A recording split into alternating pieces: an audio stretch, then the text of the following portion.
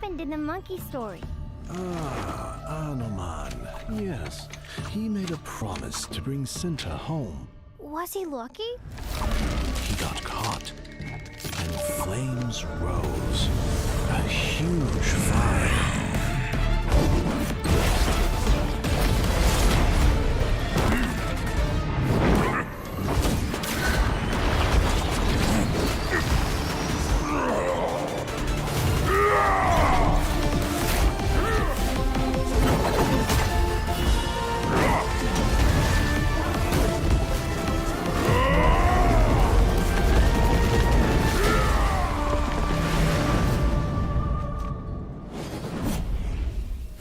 He is a legend.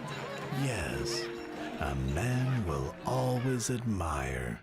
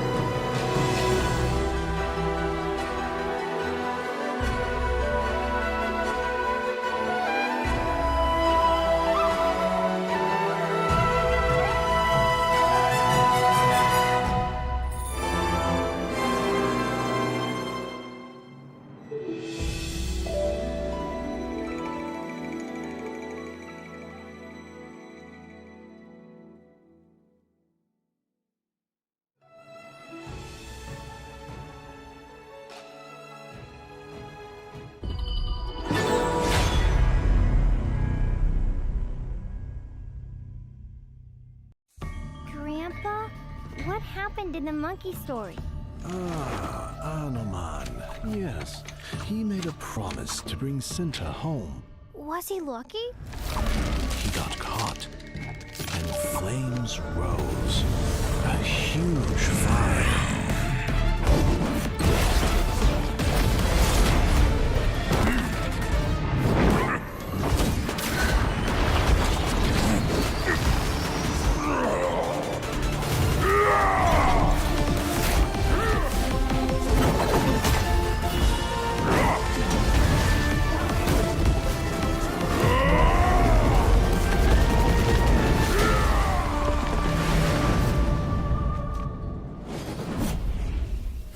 He is a legend.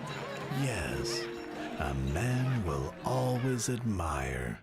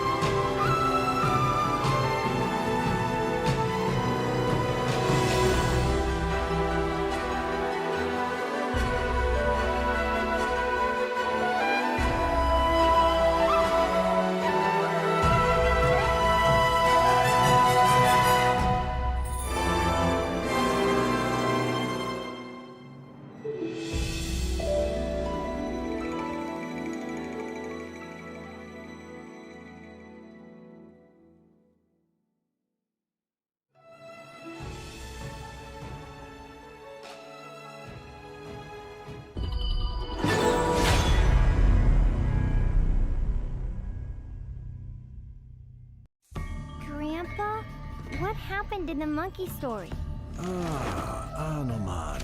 Yes, he made a promise to bring Cinta home. Was he lucky? He got caught, and flames rose. A huge fire.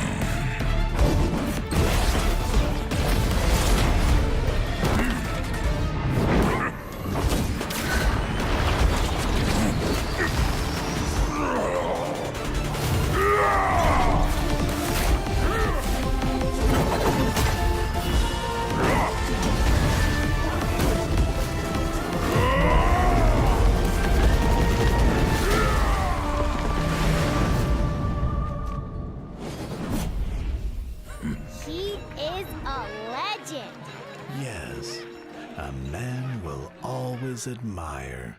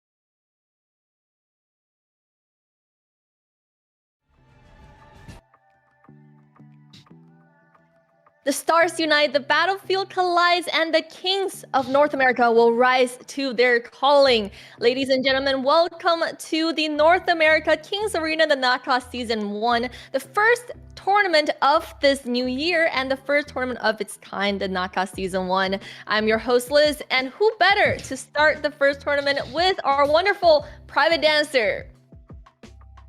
Thank you so much for that beautiful welcome, Liz. That is right. We start things off here with the NAKA, the North American Kings Arena. And we're here at day one. Yeah, let's take a look at the tournament format. Today is the day one of the season. So let's take a look at what this tournament will bring for us. So there will be 3 phases for the arena stage before the playoffs, and each phase will have something unique to offer. Now for today, we'll have phase 1 and phase 2 private. That's right. We have 8 teams here, but the top 2 teams get to take a little bit of a rest. Today is about those 6 teams that are remaining. In phase 1, they will compete in a best of 3. The winning teams will move on to phase 2, the second half of our day, which will be best of ones, all to decide who will move on to our next phase. Yeah, only one team will make it out today as a challenger into phase 3 tomorrow. And all of these teams are looking at some very, very interesting prize pools. Now, for this tournament, we will have a $6,000 worth of cash prizes and 62,500 tokens. And what's unique about our tournament is that every weekly champion will have something to grab. That's right. You can see here as we break down the weekly champions there, 3,000 total USD and then 30,000 tokens. And then as we move on to the playoffs, we get back into 3,000 USD and 32,500 tokens. You don't have to adjust your screens there. That is a ton of money, especially for a community tournament. Heck, for most regional tournaments, that's a ton of money here for these that is up for grabs. Yeah, a lot of money up for grabs, and if you just happen to be the weekly champion every week, that's all your money to up for grabs. And speaking of the tournament now, the schedule for today, the first day of this tournament, let's take a look at that. Today we will have the phase 1 and phase 2. For phase 1, we'll be walking in with the 6th team, with the 2 teams remaining. A 2 top seeding team will be waiting for these teams in phase 3. As you can see in phase 1, it'll be DJB taking on Trolls, then N19 taking on STMN. Then for the final match of that phase 1, it will be Mist taking on Newbies, moving us on to who will be in our second half for that phase 2, those best of ones. Yeah, I mean, for phase 1, we definitely have more chances, right? As best out of 3s, these teams get to play more games, but only 3 teams out of the 6 will be making it to the round robin stage. So really, every match matters. Every game matters. And now let's take a look at the first two teams that will be facing up against each other. The first team on this map will see DJB Club. In the Clash lane, we'll see Banol. In the farm lane, in the jungle, we'll see Zero. In the mid lane, we'll see Eternal. In Rome, .7ZZ2. And in the farm lane, Immortal.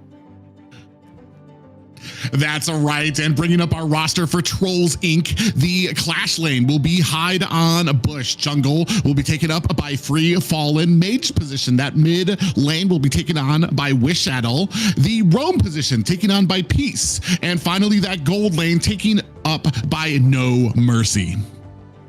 I mean, if you give me 2 cents of how they came up with these names, I can't put my head around it. Some very interesting names coming in. But for the teams, we do have some information on them, right? For DJB Club, they are the ex-Chinese server top 100. So you know that puts them on a very high caliber with a lot of experience. And for Trolls Inc., they are the Open Series Split 5 top 2. That also gives them a lot of experience in the North America scene. Yeah, a lot of experience, but a valid mountain that Trolls are going to have to climb here to go against a team that I want to say, dare I say, brought up in this game. When you're talking about Chinese players from China where HoK was birthed, it's a lot to go up against a team that understands this game on that level. But if anybody can do it, Trolls are putting their heads to the line and ready to take on all challengers. You're absolutely right. I mean, we always want to root for the underdogs, so I'm actually putting a lot of hopes in for Trolls. I mean, they put their names as Trolls Inc., so they're not afraid of trolling a little bit. Yeah, we'll find out as we get into this first part of the draft. And we can see we're already pretty much knee deep in it. You can see Ogren and Chicha taken out for the side of DJB. Yeah, I mean, Chicha is one of the strongest flex picks for the season, so definitely taking that off the map. We see on the left side for Trolls, they are thinking about securing that Haya. I mean, she provides a lot of utility in the game. Yeah, I think we talked about it a little bit off screen, that Haya, one of the newer mage picks, and has come on strong, especially in the early game where you've got a lot of clearing, a lot of speed, a lot of ability to help out those side lanes. So she's going to be a great pick, especially with Zhongfei, where you're going to have that muscle to help escort you to kind of get you to those lanes and keep you safe. A lot of picks taken off. I want to say, you've got the Nua taken off as well. Lung Aguda on the side of Trolls here. So very specific takedowns here when it comes to the draft and what they don't want to see on the field. Yeah, I mean, they lock in the foods. It's an interesting pick there from the DJB side. They do have Aaron. Aaron's one of the a very strong lane in the farm lane for this current season after the revamp. But on this side of Trolls, we do see Byron that offers a lot of sustain in the early game. Yeah, the big interesting thing for me when it comes to this type of draft, and this is something I was assuming that I was going to see from DJB, is we're going to see that assassin Jing, that the very mobile hero that's going to be kind of, I want to say, surrounded by a very nice and very competent composition. We saw the Lian Po out there. That's a big tank, a lot of CC out there. You talked a little bit about the Fuzi that's going to be out there. That's a 1v1 hero. As we get to the mid and late game, he's going to be that pressure coming from the Clash lane during these team fights that will allow Jing to kind of get around the pack to try to get to some of those squishier heroes on the back line. Absolutely. And with She coming in, she is provides a bit more of a support utility mage that allows Jing to kind of have her farm and snowball in the early game, which is really, really important for Jing to pop off. But now on the side of Trolls, they really have to look for ways to kind of disrupt Jing's farm in the early game and make sure that she's not having the easiest time. But without further ado, Private, it seems like the game is ready, so let's dance ourselves into the first game.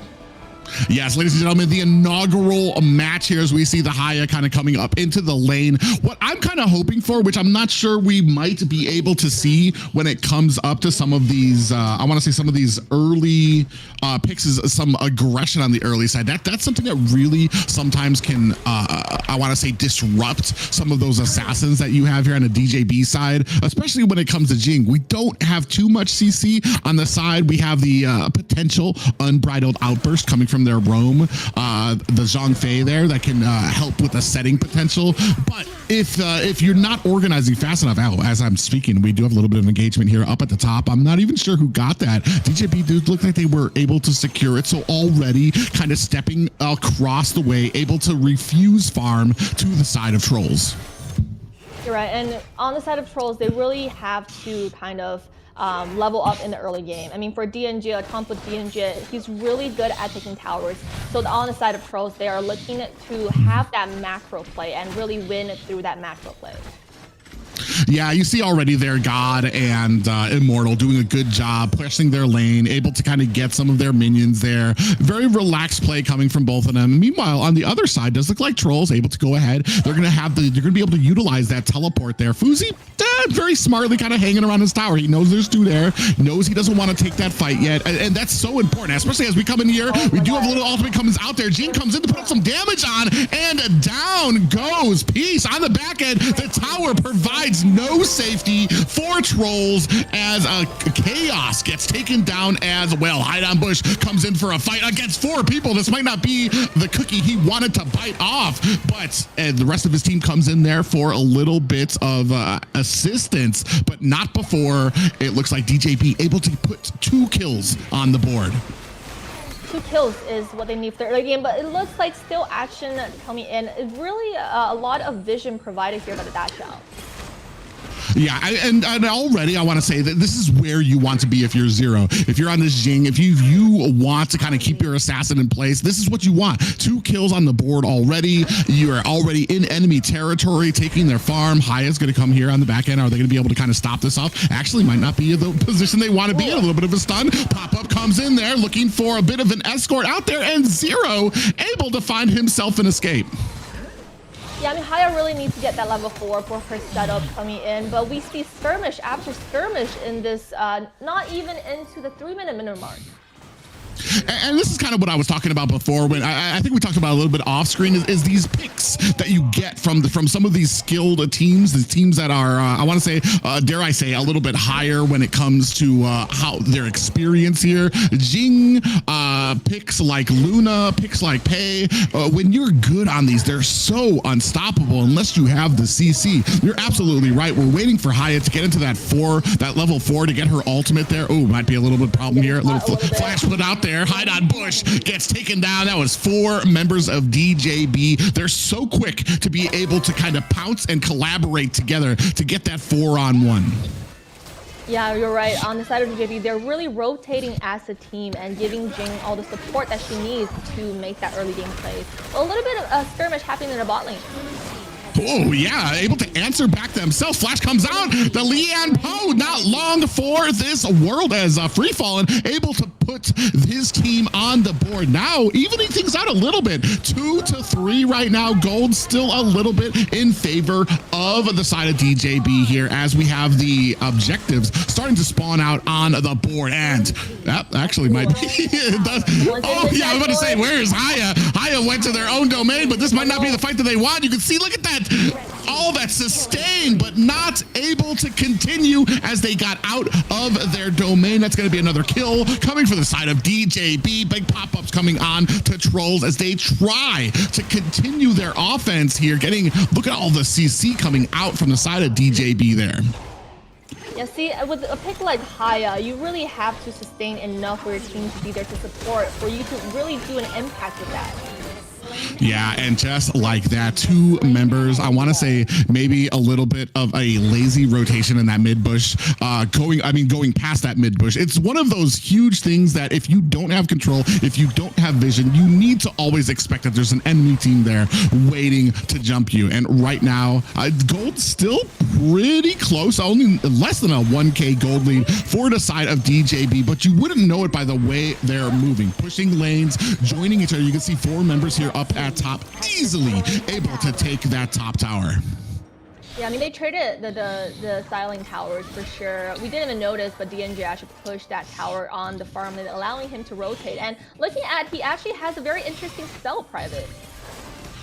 Oh yeah, so they're both kind of trying to maybe maximize. I almost feel like if you're going to invade, if you're going to have a great early game, that's where you want some of those double smites and things like that. Here, I didn't really feel, and I feel like I didn't see too much of that aggression that you need to really be able to kind of take an act or to take in and be useful with some of those spells there. And you see a couple of abilities being wasted there on God, on the Lian Poe there, and he's doing what he needs to do. And this is kind of where it comes into play of are you executing what your team needs you to do? And on the side of DJB, Lian Poe, God getting in front there, tanking a lot of those abilities, making sure that his team has enough to come in there. We do have the ultimate coming out from Zero, trying to get away. A big kill for the side of Trolls here, looking for another one. Are they going to be able to get it? Look, 1 member into 4. As I was just giving props to the Lian Poe there, God walked into 4, but is able to walk away, and that should give you a little bit of a hint of his tanking power. And the mobility, man. They're coming out from the DJB side. There's so much mobility, but Jing does get caught. Wait, no, Aaron actually gets caught. Yeah, Immortal unfortunately got a little too close and just got comboed down by Wish Idol, especially on that high. We were talking about that, especially with the abilities that they have there. Once you get all of your stacks, you can get a stun, you can do true damage. It is just a huge combo that you need to be wary for, especially during some of these team fights. A little bit of a slap fight down here at the bottom. Both members no worse for wear, down to about 2/3 of their health, and a little bit of a rotation there coming from Free Fallen. And we've been seeing continuously a 1,000 goal lead in favor of DJB, and that's not looking very good for the side of Trolls, because they really need to snowball in the early game and play that macro game, but it doesn't seem like DJB is allowing that to happen. Well, right now, I feel like the plan with picking up this Ging on the side of Trolls was to kind of stop Zero on that Jing as soon as they came in. As soon as that ult went down into that circle, that's where they were hoping that Ying would be more useful here. But we see with some of the rotations, man, it's almost hard to tell who's actually got the edge here. 4 members of DJB coming in here. Down goes the Haya. The roam down for the side of Trolls too, and trying to put on the damage. Peace will be the 3rd, I believe, maybe 4th member of Trolls taken down, and that's going to leave Hyde on Bush on an uncomfortable position here as the sole survivor from Trolls. I mean, now with that Overlord just walking in and clearing up the wave, it's not looking too good for Trolls. It seems like every team fight, they didn't call for the team fight, but it happened, and they're not feeling so comfortable with that. Yeah, there's just a lot of sustain on their side. I would love to see if we've kind of built up the anti-heal to kind of be able to get through some of that sustain on the side of Trolls. It seems like when it comes to these engagements, even though, well, now we're at about a 5K gold lead for the side of DJB, and I want to say these gold leads, especially once you get to this point, we're about the 9-minute mark, 5K gold, you're going to start feeling it in these team fights. And what you're looking for, which DJB is not showing you, is to try to isolate one of these weaker members to be able to kind of find yourself a kill. You could see already that Eye of the Whirlpool thrown down there to get more team members together, and a nice little kill there comes out from Wishadil. Yeah, I mean, they're doing a good job in isolating the Aaron. They've caught Aaron off guard twice already, so that's good for the late game, but it seems like nothing on the side of Trolls can actually catch that Jing. Yeah, you can see here as we take a look at some of the items, we do have the Serpent Staff picked up by the Haya, so we're gonna have a little bit of that anti-heal. The only problem with Haya is we need to get her into a position where she's taking on the whole team, spreading that anti-heal onto them when it comes and when it's needed most. The problem is when you see some of these fights, when you see trolls come in, they're getting attacked from every single different direction because DJB just has such great map presence here. Most of the towers pushed in, full control of the enemy's jungle. There's no vision for them to be able to get stopped, for trolls to know where they are. So every single time they think they have an engagement, they're getting attacked from all these different directions and can't even dare move up to try to take on the Shadow Overlord. Yeah, or Tyrant, excuse me. And so much mobility with that Lianpo and with that Dachao. It's just so hard to catch and your team in a good position. Yeah, and especially now you see, look at this, the CC coming out. They back up very quickly, able to kite out. That's going to be hide on Bush taken down. Now they leap in. More CC comes down. Ying is down. That's going to be it for Chaos Free Fall. 2 more members looking for underneath the tower. That's not going to be enough.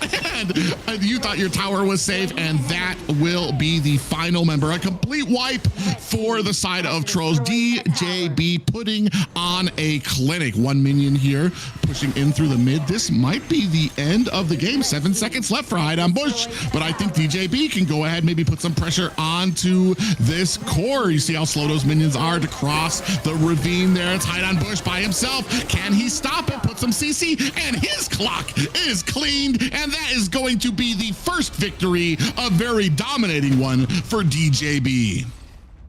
Wow, 11-minute game, Private. The first game of this series. DJB takes the victory with that game, with that clean sweep in the first game. I would say it's pretty much they've dominated throughout the early game until the very end. Yeah, and I want to say right from the beginning, you already saw Jing coming in, able to get those early kills. I think it was like 0-3 right from the beginning. That's where you want to be with an assassin on your team, to kind of get that steamroll. Then you have a Dachao on your team where no matter where you're at on the map, as long as you have that Dachao there, that means you have the rest of the team potentially there via an Eye of the Whirlpool ultimate there. The rest of the team's going to spawn in there, be able to kind of take down the towers. And before the side of Trolls knew it, they were becoming overwhelmed. A 5K gold lead down to the 11-minute mark of a core push. Yeah, I mean, they had the first pick this game. They picked Haya, but it doesn't seem like the comp on the side of DJB allowed that Haya to really make her presence. And there wasn't that much, there wasn't enough. There was enough sustain, but there wasn't enough crowd control and suppression on the side of Trolls to really stop the team, DJB. Well, especially against a team like DJB, especially when you have an assassin on their side, I feel like the biggest potential plus that you can do for your side is pick something with aggression, something right from the beginning, maybe even an Ogren, a Lapu, or something that can get into the enemy, that can harass, that can let that assassin know that no matter where you're going to be, we're going to be right here with you. We're going to be trying to take these minions from you. Instead, what we saw was the opposite. You had an assassin on your team on the side of DJB. The Clash lane we saw, we're already able to cross over, steal minions already, right from the opening second, steal minions there. And that's just, when you're looking at something that scales so well as a Jing, you don't want to give up any type of minions, especially from your own jungle. And it just kind of, it's steamrolled from there. Yeah, you don't want to give up any minions on your side, and you don't want to have Jin have a very easy game going in. So we really need to see something a little bit more, because now with DJB, we see how much impact they can do. We see their skill picking up some very high skilled heroes. So now for the side of Trolls, they really need to know how to counter that, how to predict what DJB will put on the map, and how to have a game plan ready. The only problem with it is I want to say like the immediate picks that come to mind for me are Liang, Dong Huang, those heroes that can isolate one person, get that CC down onto them, but then you have to think about what you're giving up to have that hero on there. Liang, I want to say like depending on if you have him in the mage position or the roam position. In the mage position, you're kind of losing out on a little bit of damage there, and especially with the types of compositions that we see that are so tanky, Liang will have to kind of offset some of even more of that damage because he's going to be looking for the serpent or the venomous staff to be able to offset a lot of that healing. There's so much at play here, and I felt like it felt like DJB, they read that draft very well. They knew what was left. They knew the answers that Trolls had. And so they just went with that Jing. And like I said, a very competent composition from there where you had the tankiness, you had the fighter that was able to take a lot of damage there. And it was pretty much a wrap from the opening, I want to say that opening fight that we saw. Yeah, they have a very balanced comp coming in from DJB. They did their homework. They have the Jane, and they also have so much more crowd control and so much more mobility coming in from their side. And for Trolls, for this next matchup, they will be second pick, right? So they have more reaction to the draft coming in from DJB, so they can have some more plays up their sleeves. I do think that Donghwan is actually a really good roamer. One of my favorite roamers. I think he actually does a lot of damage in the early game as well. So, but whether or not they actually decide to ban Jing in the next game, I'm not even sure if Jing was the main problem in the last game. It's just like they had too many heroes that they don't have answers for. And it does seem like the next draft will be ready. So private answer, let's go into the draft. Yeah, you brought up a good point about being the second pick there.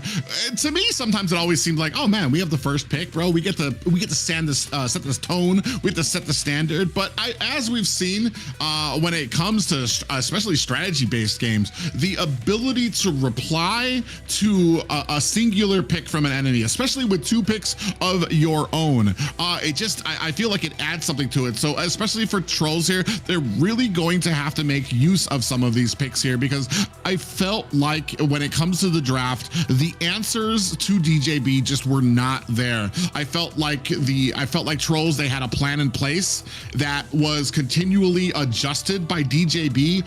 And unfortunately for Trolls, they weren't able to adjust back from what they saw. They had that kind of tunnel vision on, this is what we want to do, this is what we want to execute, instead of seeing some of the picks on their side and being like, oh, maybe we need to kind of scratch this out, get a little bit more standard CC on our side, maybe something a little bit more sustainy on our side. Instead, unfortunately, you saw the examples of it through a lot of those fights where they tried to go in, and even when the gold was pretty tight, the fights were pretty lopsided in favor of DJB. The sustain that they had, not just the sustain, but how do I say it? Like all the different angles, all the different boxes that they were able to check, sustain, mobility around the map, not just mobility, but the ability with Dachao to get your entire team at a singular area. All you needed was Dachao roaming around being like, all right, we're just gonna go top, boom, entire team here ready to take the top tower. And that's just like I said, one of the check boxes that they were able to be super successful with. Yeah, and it just seems like for Troll in the last game, with DNJ going that smite, it was looking like he was going to make an impact by just rotating, like solo rotating across the map and taking down towers. But you can't actually get to that game, at that point of the game, unless you have a good early game and have a good team fight coming in from your team with that happening. But while we're just having so much fun chatting, we will take a 2-minute break, and we'll see you guys in a bit.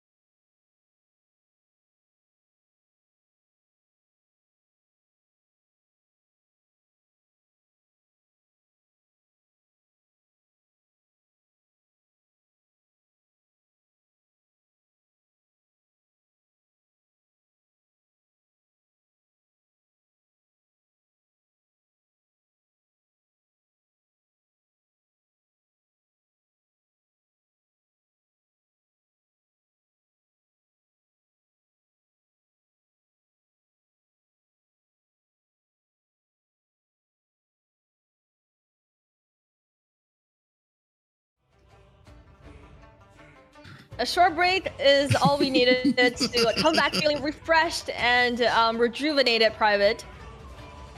Yeah, that's right. We are ready to get right into it. We said 2 minutes, but fooled you. We're back in 30 seconds to get on with this second match of the first series. We were just talking about it. And I think you brought up a very interesting point about having that smite on a D-Renge. Now, I mean, maybe I missed this in the meta in some of the games I've been watching from some of the pro leagues, but it didn't quite pay off. But I think we are ready, Liz, for the next draft.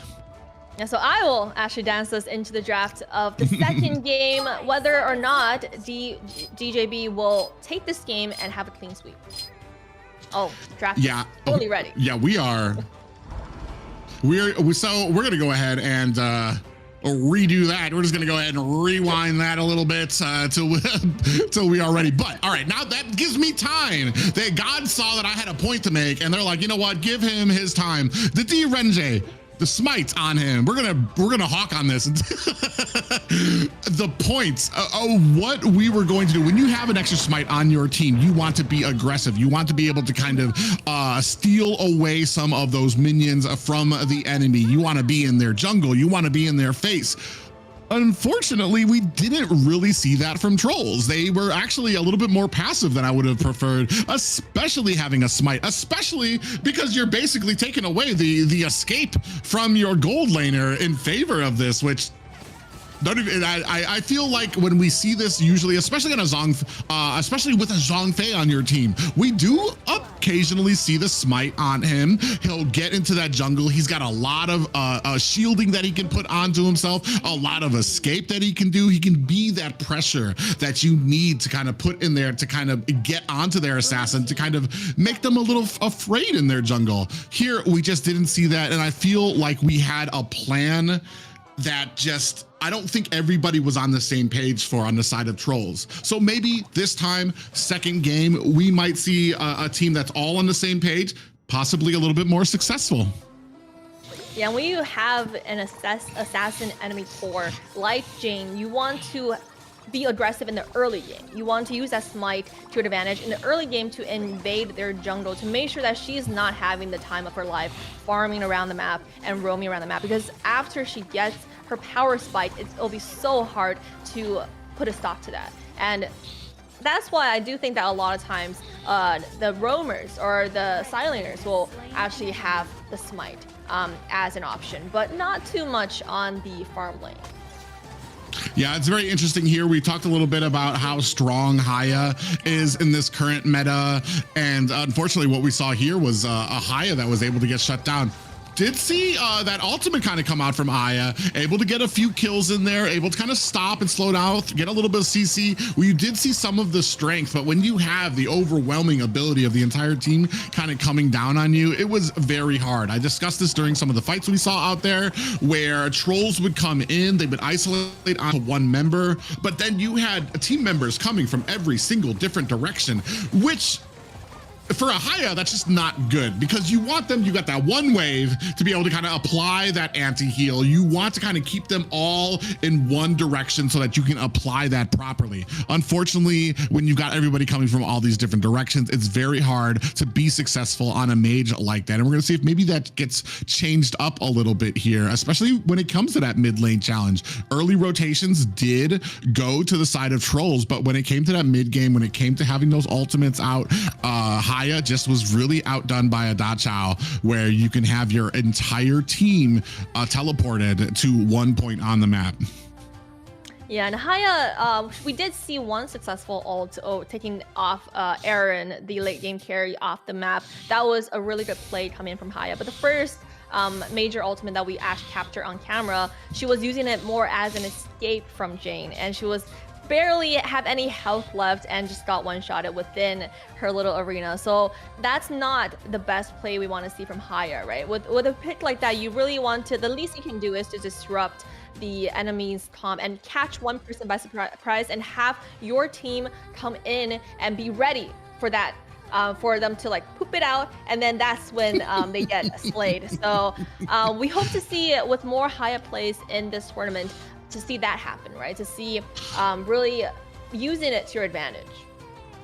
Yeah, I mean, right now, we've talked a little bit about some of the changes that kind of came onto the battlefield, especially recently. We've added Chicha to the mix-up. I want to say in the last few months, we had Lapu Lapu as well come in as a roam. Biggest changes coming from some of the item changes, but the mid lane has kind of stayed the same, dare I say, except for some of the burstier heroes. Some of the items when it comes to mid lane kind of like a little bit of a nerf when it comes to the burst, but the mid lane job has kind of been adjusted, whereas we're seeing Mai Shiranu has to build anti-heal. Mage's main job for most of these comps, especially that comp back there, is to apply anti-heal. Make sure you're able, that the team is not able to kind of keep that sustain on the enemy, and that is a big thing, and we're seeing how it matters, especially with a lot of there are a lot of opportunities that it seems like DJB was actually caught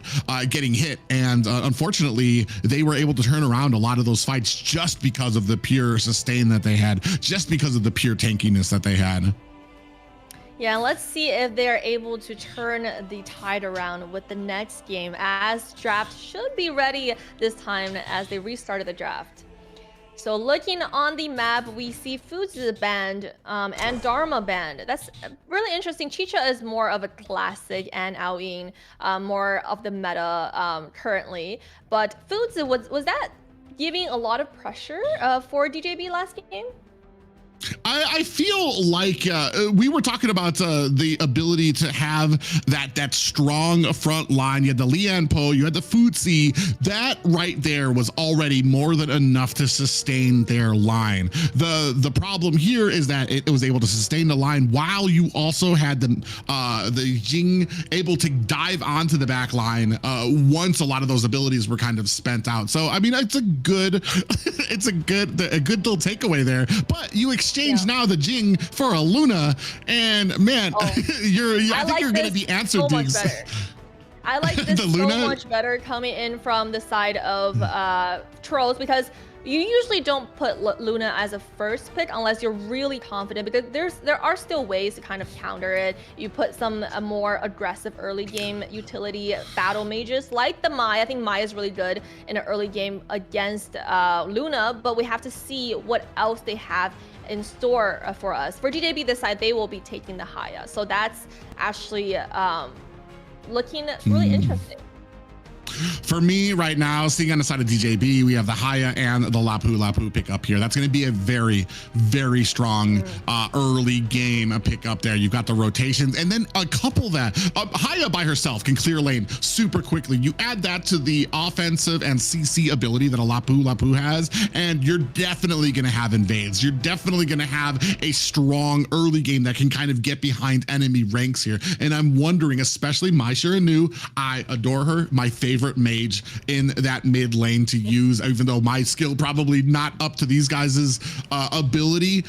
The problem is, if you don't have that roam, if you don't have something helping you to clear lane quickly, you're not going to be able to get that early rotations. You're not going to be able to be that presence up in the top lane or the bottom lane that you're really going to need to be able to have that effect. Here, we're going again with the Ying pickup by Free Fallen. See, they almost locked that odd one, which would have been a lot better coming in from their side, but they are very confident with Ying. So with that Ying picked up, they really need a strong front line, and also they really need something that can actually shut down the Luna, actually catch her, and give her a hard time early game. I'm not sure if I see that from Troll's draft.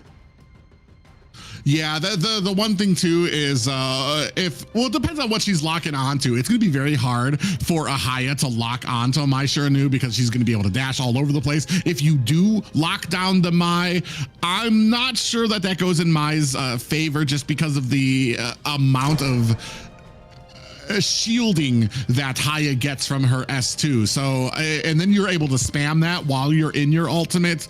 It's going to be very hard to take down the Haya here. The one thing I do like, the leashing, you're going to be able, you've got your two forms here. You've got one form that's going to give you a bunch of tankiness up front, a second form that's going to give you a lot of damage and anti-CC. Is that going to be able to play here? We're going to see, because he's not exactly what I want to say is a front liner. He's that kind of split pusher that I usually see, where you have a problem at bottom where you guys are trying to fight, and Lixing can kind of go out to those side lanes and push super quickly without being stopped. Yeah, and we do see on the side of Trolls, they are considering the Dachao. If you can't ban them, you pick them, right? So they are considering the Dachao. Between Dachao and Dahlia, I almost feel like Dachao here is a better pick. We'll see. Dahlia, we talked about it before. You get that another ultimate off of cooldown. I'm kind of thinking, I'm like, what ultimate? Usually when you have that, it's something that I want something that is like a team setting ability. Something like an unbridled outburst that comes out from Zhang Fei, or a board that potentially comes out from Yixing. Here, I mean, you've got an ultimate that comes out from Mei. It's not really going to be effective on Lixing. On Ying, you've got a little bit of CC that can kind of come on, but that's more if the enemy engages you. So we'll see how well this pick kind of plays in here, and what that last pick that's going to be coming out. I'm assuming that's going to be coming out for the gold lane on the side of Trolls here. I was about to say, we're waiting. Speaking of gold lanes, we just picked up our gold lane for the side of DJB. Yeah, I mean, Ambrosia is a really good pick coming in from DJB. It's very strong start to finish. It has the backline Fink and sideline Demon, so it's a really strong pick coming in from DJB. But what do they have to react to that HoE? HoE, despite having less mobility, it actually has a lot of vision and a lot of control early game with the ultimate coming in from HoE. It looks like I want to say Dahlia's gonna be in the mid lane, as looks like we're looking for a roam right now.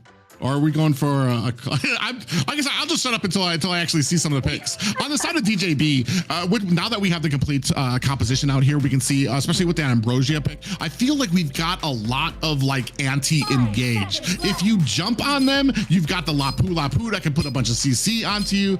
I think we just saw the Wuyan. That was the last pick up there for the Trolls. But on the side of DJB, you've got that anti-engagement. You've got the ability to CC from Lapu, from Ambrosia. Yeah, that ultimate is going to be able to kind of get you out of harm's way.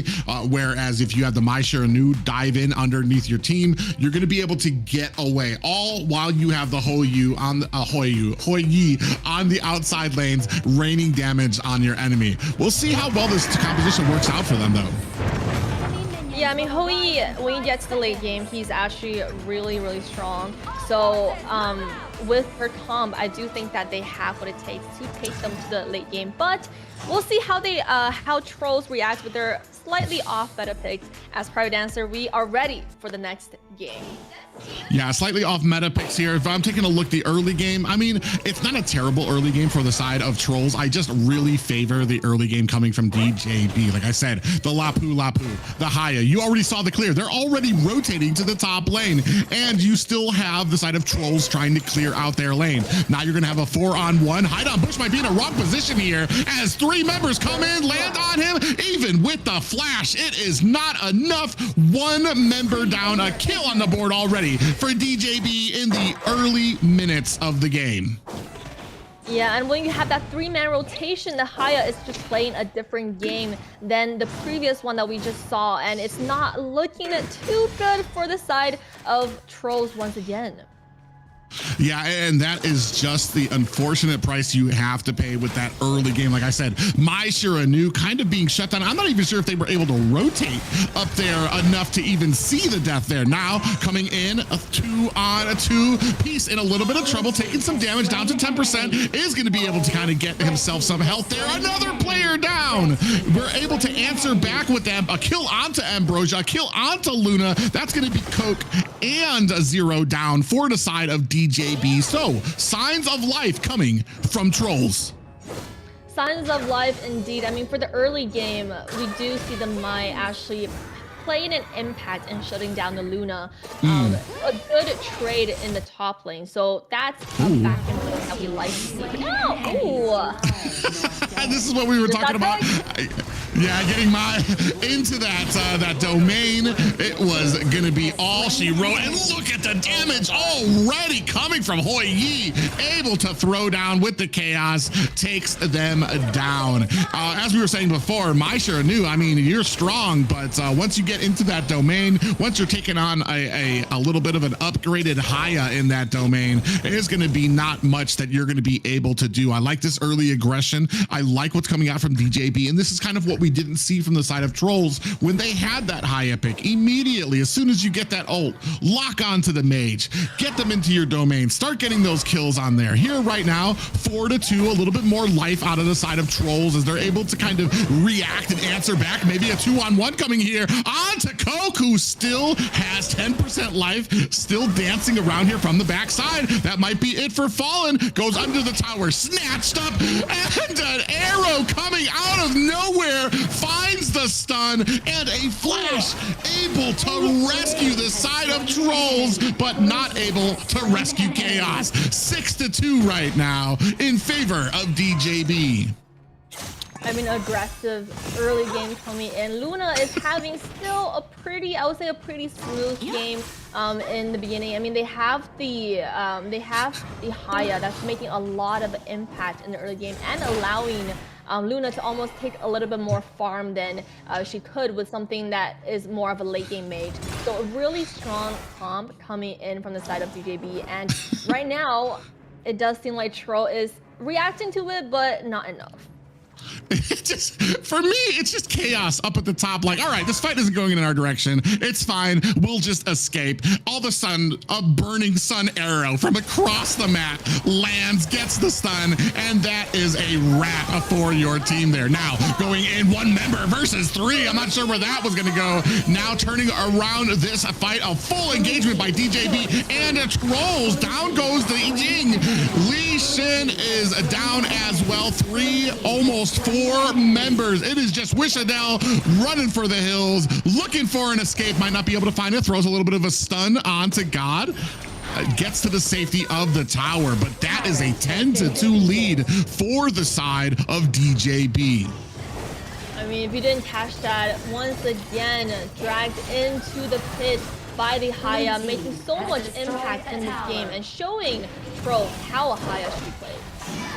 Ooh, that was definitely not the call. My Shiranu dives in with a quarter of health left. That was going to be a CC all day long. And unfortunately, the impatience of Trolls beginning to show here a bit as they try to dive in with one of their squishiest heroes with, I want to say, with the least amount of health I've ever seen on it, and quickly gets dispatched of. 11-2 right now. 18k gold to 13 right now. Hide on Bush gets a little bit of a CC onto 0, but that is a Luna right now. And if there's anything I hate more seeing in a ranked or a peak game, it is a well-played Luna that is able to dash around the map and around anything that you throw at her.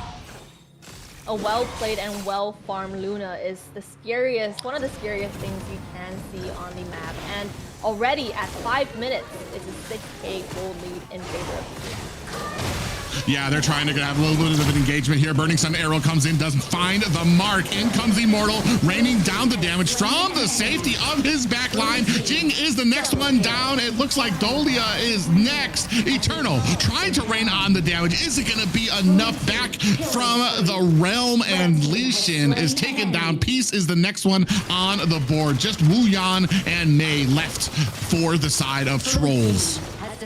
I mean, once again, we got to see what actually happens in the pit with Haya, right? And that's exactly how you want a Haya to be played. When you have that hit, you might not kill them in the game, but you'll get it afterwards. Damage happening already at base. Yeah, big damage coming in. The Lapu. God doing such a great job diving underneath the tower, getting the CC, finding some of those final pushes to Ambrosia. A little bit of has that ult procced out there. Hide on Bush. Oh, I was about to say, might not be able to get the kill, able to actually find it before he is taken down, but that's just going to raise the score 16-5. We are in the realm, and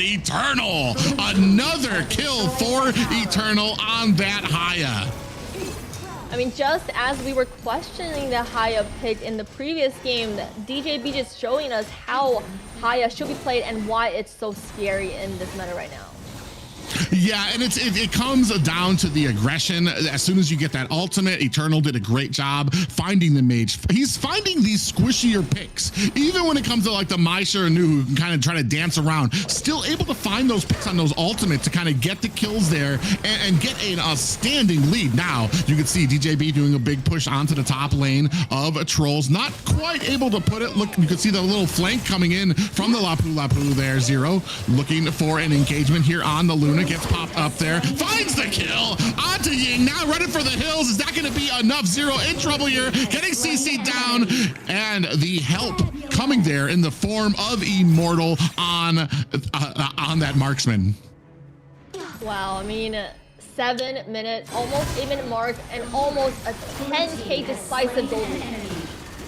Yeah, and another kill there. Maisha no goes down. That is 20-5 game. Almost, it is a 10k gold lead for DJB. They were dominant in the first game. The second game, they seem to have found their stride. And unfortunately, it looks like Trolls are just kind of phoning it in at this point. They know they are outmatched. They're trying to stop. If they stay under base, they're going to get killed. If they try to attack, they're going to get killed. Might as well go out there with a fight. One soul minion on the core as they put some damage on there, and reinforcements coming in the form of core minions. I don't know how long this is going to be, probably a few seconds as they put the pressure on.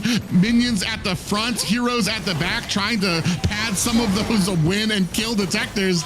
Ambrosia actually goes down. That's 2 down for the side of DJB, but 10% left on the core, and this is going to be, I believe that was a 9-minute game for DJB, beating their old 11-minute record.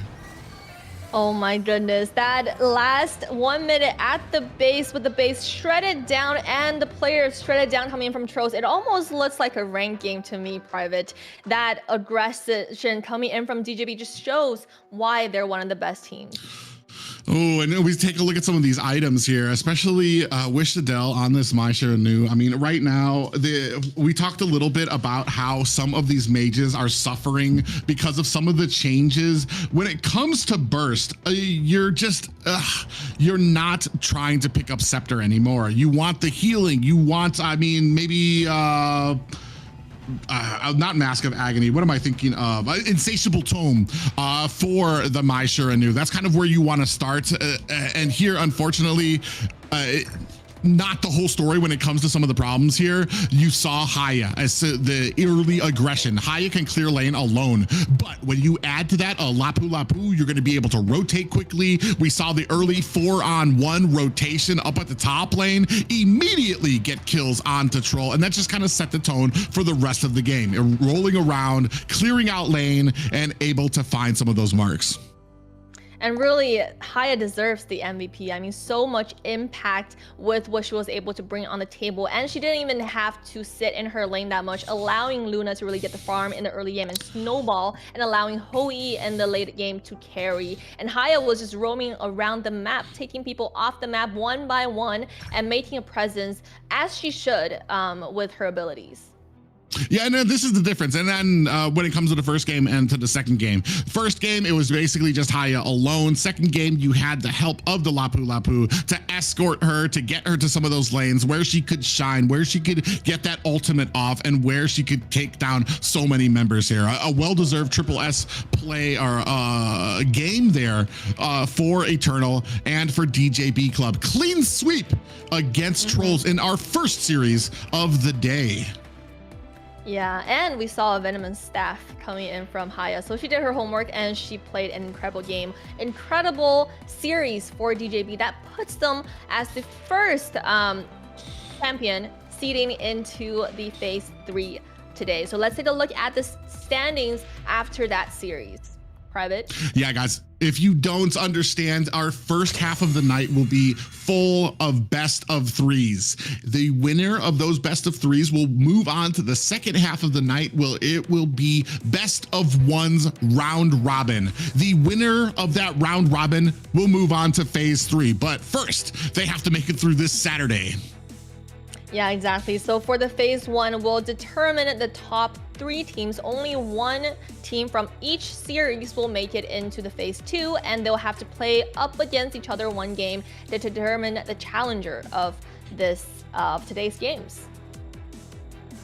Yeah, it's going to be pretty amazing. I'm actually excited to see how some of these matches come out. Like we said, these are the 6 teams. We have our 8 total teams, but the top 2 teams are lying in wait. A monster waiting for these Saturday fights to continue. And here we saw how hungry DJB is for that victory, making short work of Trolls Inc., who put up a good fight, but unfortunately, it's just some of those little details and how you rotate and how you kind of itemize caught up against a team, like we said, that has the experience, the lore at the very least that Team DJB does. And I mean, part of it, I do think, is the hero pool that DJB just is able to offer compared to the side of Trolls. I mean, I don't know how much he likes the Ing, but I'm sure if you have more meta plays up your sleeves, you might be able to use that more. But with that being said, Private, the next series will be the N19 versus the STMN Esports. It's going to be a very exciting series waiting our way. So let's take a short break and we'll see you in a bit. Grandpa, what happened in the monkey story? Anoman. Yes, he made a promise to bring Cinta home. Was he lucky? He got caught, and flames rose. A huge fire.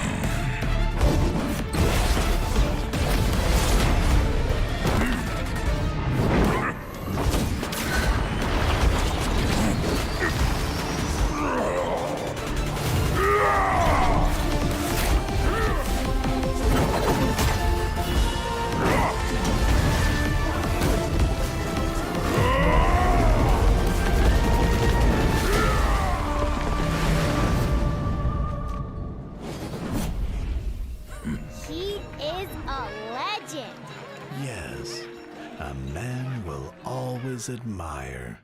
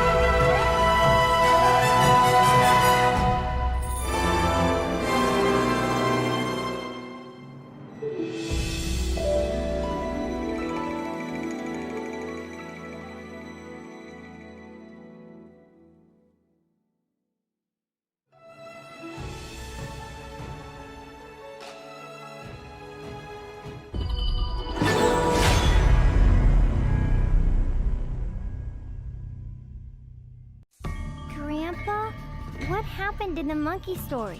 Anoman. Yes. He made a promise to bring Cinta home. Was he lucky?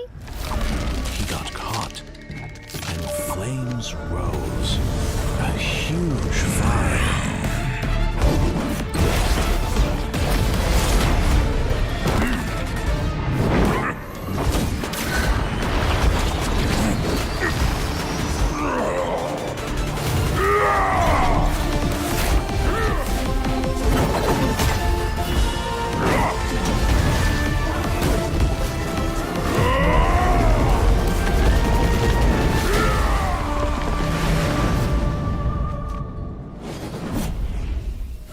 He is a legend. Yes, a man will always admire.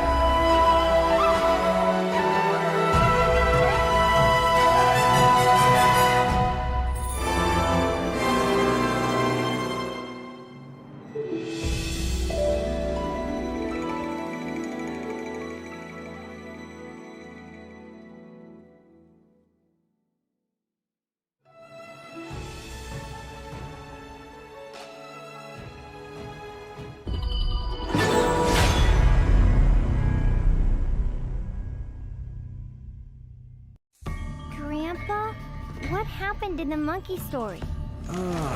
Anoman. Yes, he made a promise to bring Cinta home. Was he lucky? He got caught, and and flames rose. A huge fire.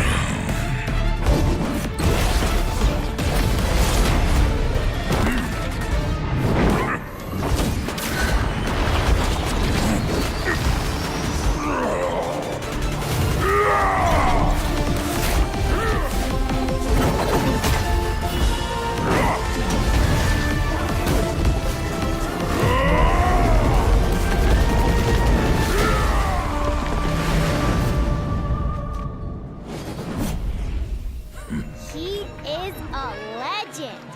Yes, a man will always admire.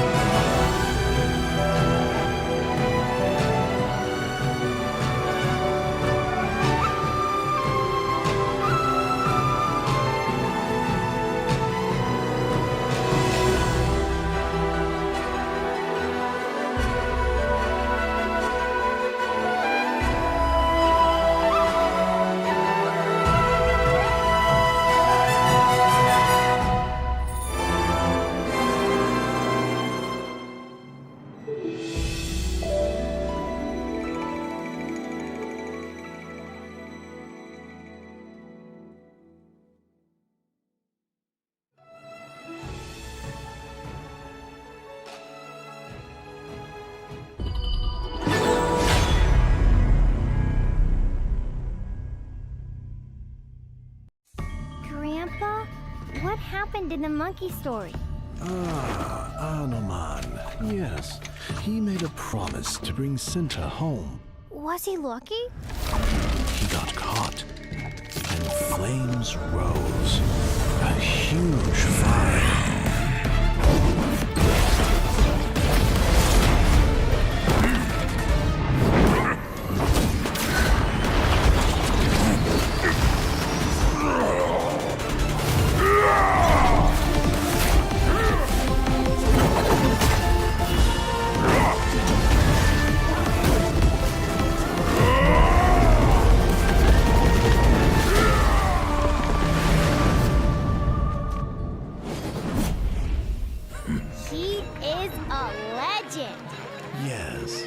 a man will always admire.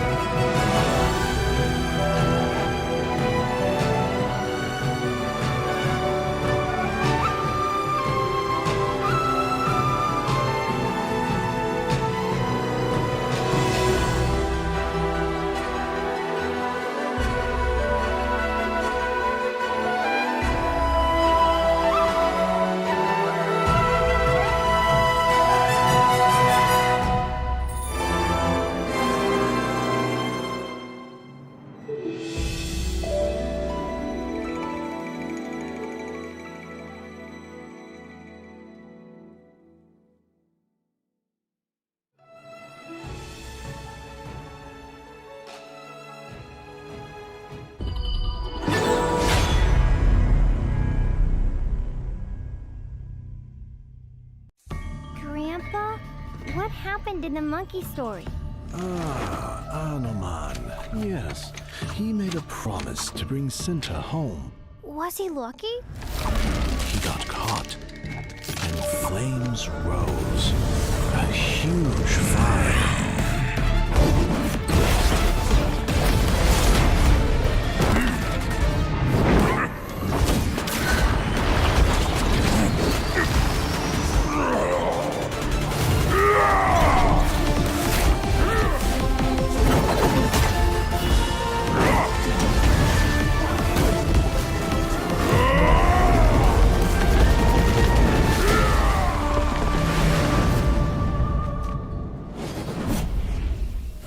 He is a legend. Yes, a man will always admire.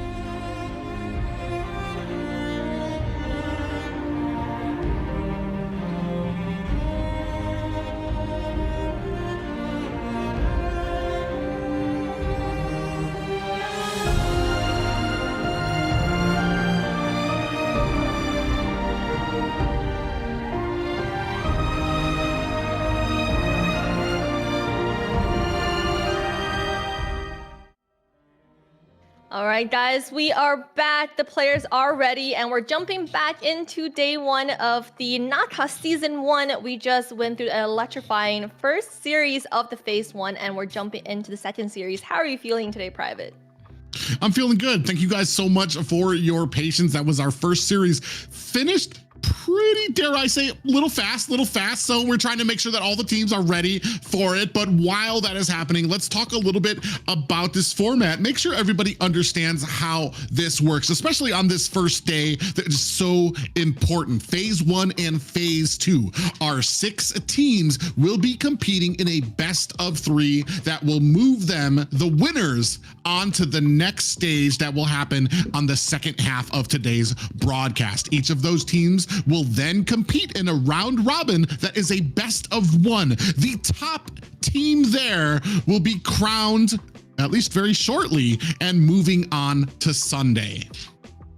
Yeah, Sunday, they will be facing the top 2 coming in from the open qualifiers who are sitting right now comfortably into Phase 3. So they're going to be waiting every single week at Phase 3. And with this tournament, it's really a community tournament, right? Private, we are looking at a standard ban pick, not a global ban pick like the international tournaments, because a very important reason is that we want the community to grow. We want the teams really have an opportunity to shine. And this tournament, even though we call it the North America Kings Arena, it actually features LATAM teams, and it features Canada, US. So a lot of different teams coming in. And with the next series coming up, it's actually going to be STMN Esports, which is a team from Mexico, and versus N19.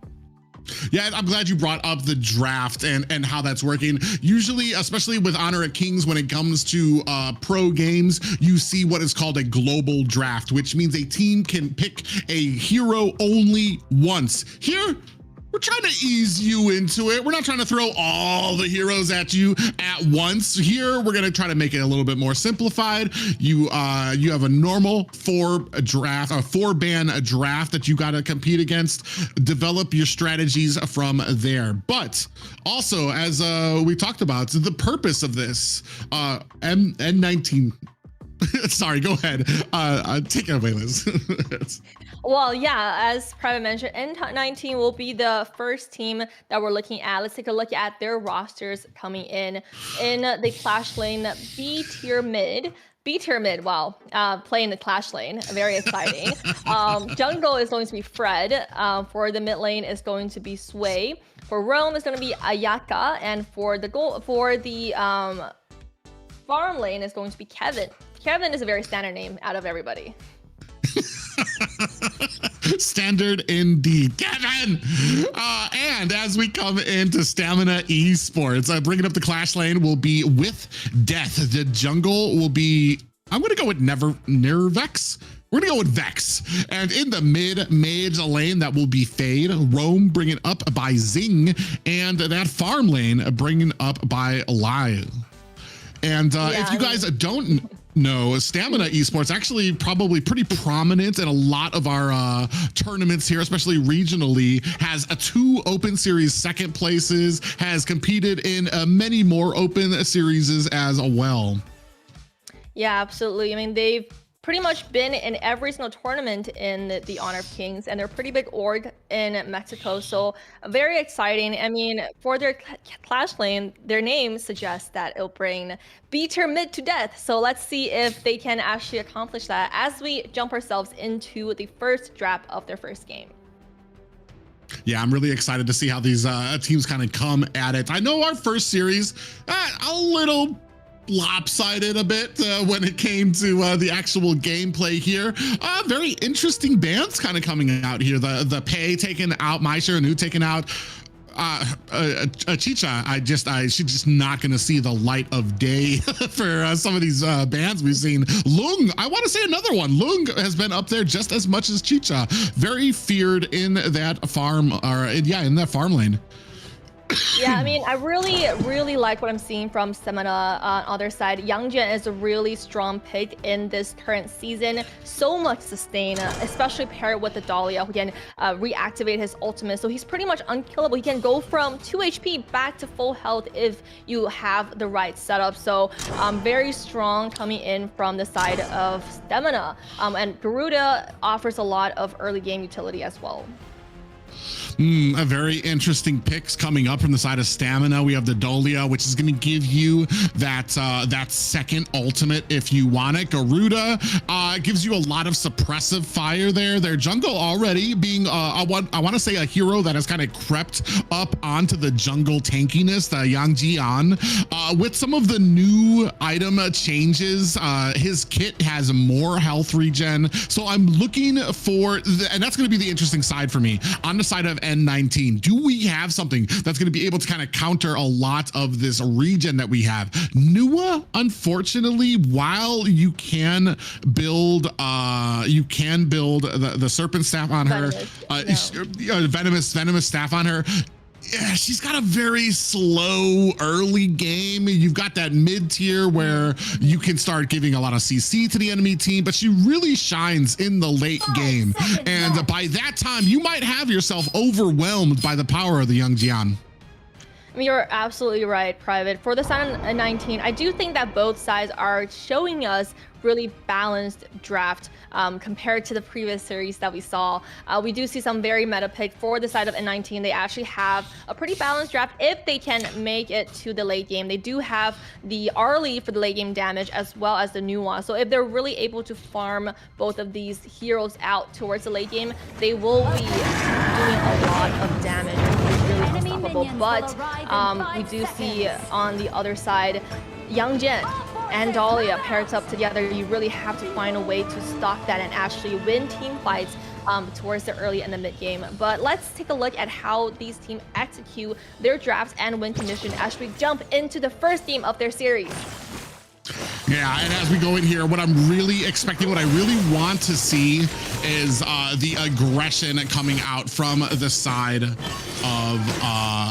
I want to say from N19. Yeah, I think what we have here, I do see the Ogren already. See, this is what I'm talking about. This is what I want to see. I want to see the aggression, invading, try to slow them down as much as you can, especially with the pick like an Ogren, where you have that stamina. 4 members of N19 here in enemy jungle, and they're gonna be able to steal that Azul Golem.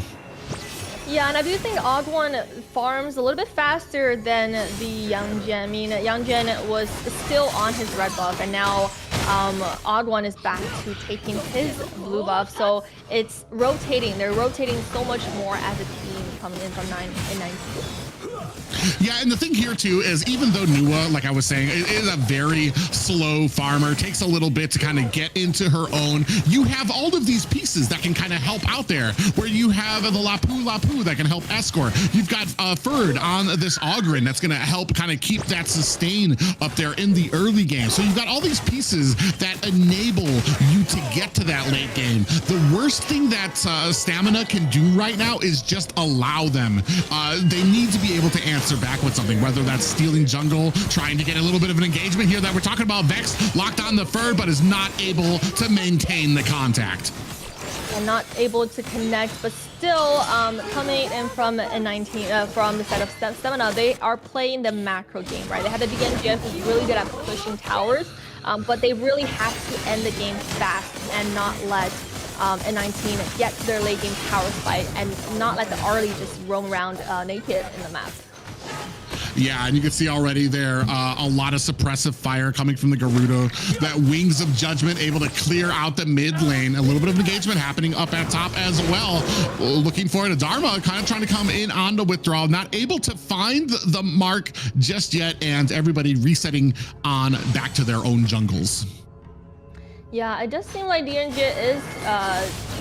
is protecting that lane and farming solo. He's pretty independent, I would say, in the early game. He's more of an independent marksman and more on the tanky side as well. But it does seem like the Dahlia is making its way back to the bot lane. Yeah, the interesting thing here is we've got a lot of pieces that I like on the side of N19. Ayaka on the Lapu Lapu, you've got a great amount of CC, a potential to kind of get these initiations. You also have the Dharma in the Clash lane, so you're going to have that Truth Mantra. That's going to be a great setup if you can get in a good position. The only thing, like I said, right now in the early to mid game is the damage that you're kind of lacking. The further late this go, Kevin in a little bit of trouble. Oh, he's still staying there. Why? I have to wonder why he stayed there instead of just turning around. Easy pickup of a kill there for Stamina. I mean, for Garuda, like the strong thing about this hero is that the ability to just do so much damage in the early game and make the enemy team escape. And the way he casted that skill just gave Arlie no way to escape. Yeah, and I mean, starting to come back here a little bit. Tied up in the gold. We do have 2-on-1, but you have the Garuda Faye trying his best to put on that suppressive fire, but a big pickup there by Pigwin, gonna take down Lai. Yeah, I mean, DRNG off the map here allows the side of N19 to take down this Overlord with a little bit to note as Tyrant has been defeated. Yeah, it's really interesting here. I want to say it's been pretty even. I was expecting we do have Unleash the Hounds, locks on the forward, but great suppressive power coming in from Pigwin on that Nua. In this early game, like I said, she doesn't exactly have the damage on the Nua, but what you do have is the CC, the pushing, those boxes that you can throw out that can really halt the enemy's advances. Yeah, and I mean, with the Tyrant taking off, it does give them a lot more battle power in the early game, and I would say it's more important early game than to taking down the Overlord before the 10-minute mark. Yeah, and as we're continuing now, Kevin trying to put on some damage, a little bit of an engagement happening here at mid. Great onslaught there by Nua. And this is kind of the problem with the young Jian. You saw there how he had grown. He had his little passive stacks there. You have a very limited, I want to say, birth of opportunity where you have all your stacks, you get the growth, you're able to attack. Speaking of attacking now, big engagement comes on and down goes the young Jian. Ogren with the kill there as well. Big suppressive fire comes out. The rest of the team not able to answer. 1-2 right now in favor of N19. Still tied at 16K. More suppressive fire. Ford dodging high, dodging low, getting away from a lot of those abilities of the Stamina mid lanes. Oh, here comes Ayaka in the mid. Does not find the mark.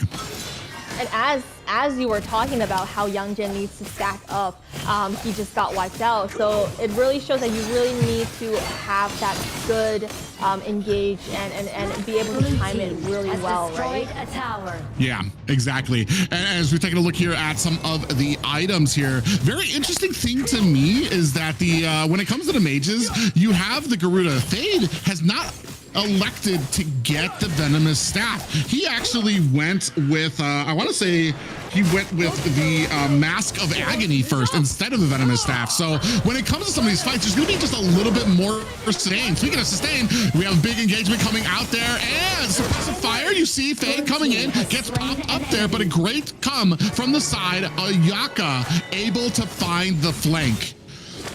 Yeah, and actually Garuda is doing so much in this game. I mean, you talked about he didn't build the Venom Staff, but I would say the Venom Staff is more important on the side of N19, and they indeed, for the first item for Nua is actually what she built. So there's so much sustain coming in from the side of Stamina, so that's something that N19 is prepared to take down. Yeah, my only complaint is when you're talking about an Ogren, when you're talking about a Lapu Lapu, I feel like that venomous staff might have a little bit more of an effect. But and right now you're hoping you're hoping that not getting that venomous staff, you're hoping that your damage is going to be enough. You see, ooh, coming in there very quickly forward, a big pop-up laps on the Nex, who is staying in the fray. 3 members coming in from the flank, chasing underneath the tower. Ford, a tanky boy, still survives, still able to find an escape. Yeah, and on the side of N19, they really need to get that Arlie farm, right? So Arlie right now is really trying to build that farm up, and as we enter towards the late game, she will have a lot more impact. But right now, we're not seeing too much impact from this already yet. Yeah, as we start transitioning into the late game, it's going to be kind of interesting to me. You have some answers on the side of N19 for initiation. You got the Lapu Lapu. You've got the Dharma with the Truth Mantra. You've got a lot of things to engage to get the setting potential. I don't really see that we have that on the side of Stamina. We're really hoping to catch somebody out, to burst them down, especially with the Charlotte, who's a great 1v1er on their side. I'm just waiting. When the team fights start, I feel like the edge goes to N19 for the amount of setting potential that they have mixed with the damage into the late game. And with that, it looks like Stamina going to be able to pick themselves up a Tyrant. But definitely, I think for the side of Stamina, they are really looking to play the massive game, and that's exactly what they're playing. They put down 2 of the styling towers and opening up the map for the team to really grind and stop the enemy side from reaching that hero pick.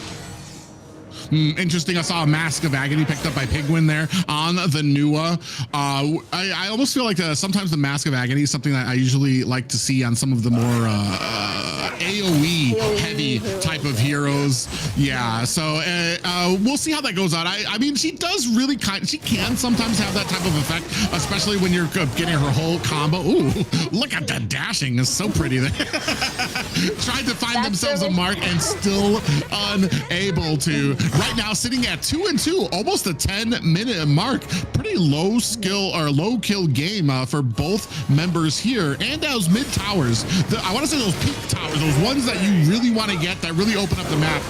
Still hanging 10 for both teams here. But now we have a little bit of an engagement here. You see Nimix come in there. Yuka and the rest of the team kind of back off. 4 members here. Big suppressive fire coming out from the Garuda, but no worse for wear is either team. Still not able to kind of put a break into that mid tower. Now turning our attention onto the Overlord. Are they going to be able to get it? Picked up by Ogren. Comes in for the steal. N19 now looking for the escape. They look like they lose a member. Down goes a Biter Mind on the Dharma, but they pick themselves up an Overlord for their troubles. And honestly, that's a pretty good trade if you're asking me, Private. They do lose the Tyrant, but I think the Overlord right now is what they're really missing. They want to have something to take down at least 1 tower and open the map for them. And the 10-minute mark, Shadow Overlord is all they need. Well, yeah, and especially because, yeah, you're absolutely right. It was right at the 10-minute mark. So it's the Shadow Overlord, which means you'll be able to choose what lane the heaviest minion goes down to, where you can put on a lot of that lane pressure here, maybe even be able to break down into the mid lane. But just like that, you see it's actually kind of turned around on them. Stamina actually putting on the immense amount of pressure onto this mid lane, but a great defense by N19, still able to hold that mid tower. Yeah, if they can't really defend this push and continue to hoist that advantage that they secured themselves in the early game with that map pressure that they're in, they're really playing by their win condition, right? Private Stamina, with that Garuda pit, you see so much utility coming in from her spell, just clearing wave as well as putting pressure on the enemy team as they try to defend their towers. And right now we're seeing that happen in our face in the mid lane.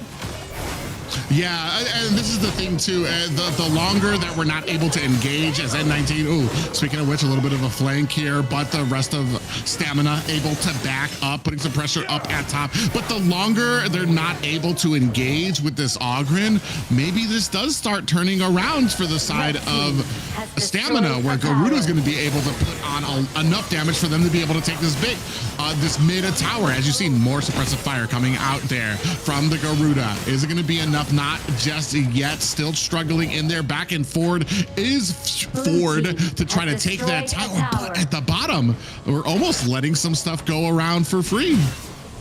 Yeah, we're letting some stuff go around for free, but right now the objective for N19, right, is to get their carry farm. We need to have that early actually come online. Right now she's making 0 to no presence in the team fights so far, but when she comes online, it's going to be a lot to deal with the side of Sniper. Yeah, and that's kind of what we're waiting for is for that to come online. Is going to be able to match up this Garuda. You see that suppressive fire already. They're not able to match it just yet. N19 is not able to kind of call back. They're actually trying to catch somebody here. They do. You see that flash come out there from the Charlotte with Death. I'm sorry, his name is able to find himself an escape. And finally, after picking at this mid tower for the better part of like 6 minutes, Stamina finally able to overwhelm, able to take it down. Still no anti-heal for the side of when it comes to Stamina, which is very interesting to me. And right now, we're not looking at too many skirmishes that turn into huge team fights, right? The carries of N19 have not yet come online. So I think Stamina is really playing by their advantage. Their objective is to take down the towers, and that exactly is what they did.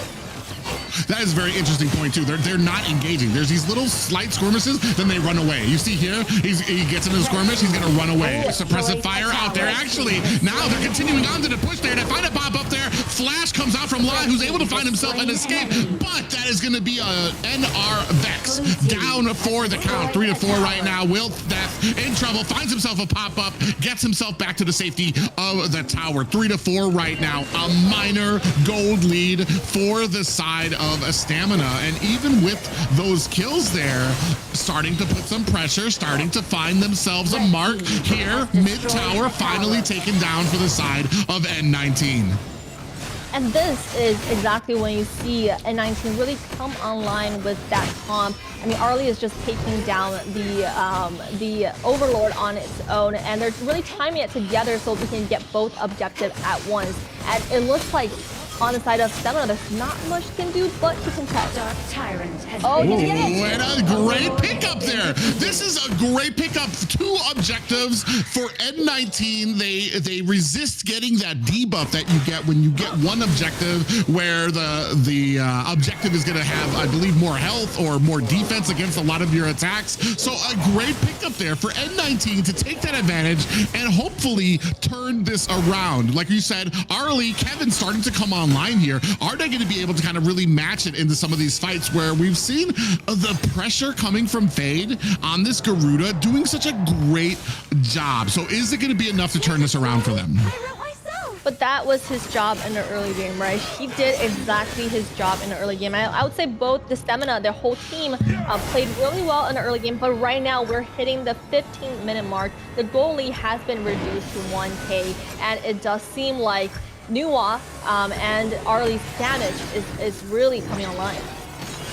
Yeah, I'm kind of waiting to see. I was actually wondering if we were going to see more a better engagement tool coming from the side of Stamina, especially because you have a Dolia on your side. You have a young Jian on your side. You can get those 2 ultimates off there where you get so much regen. But here, with the pickup of both of those objectives, right now, it seems like N19 just really having their way. They're steamrolling now. Now they're going to have to there's going to need to be some type of turnaround here for the side of Stamina, as they have enemies knocking on their base door.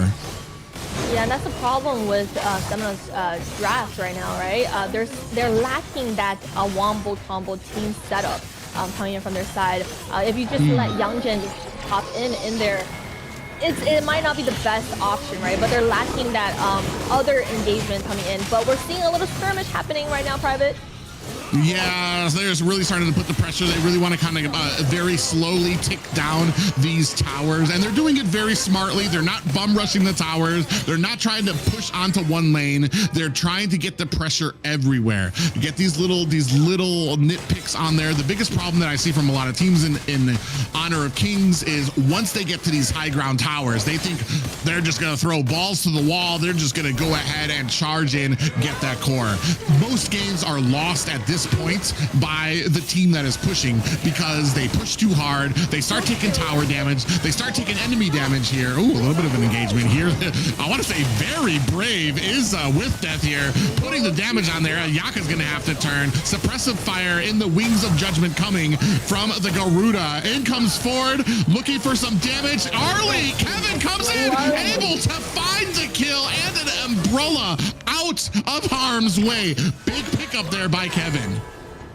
Well, and that's when Arlie is starting to pop off, right? Just just umbrella in, umbrella out, and she is coming online.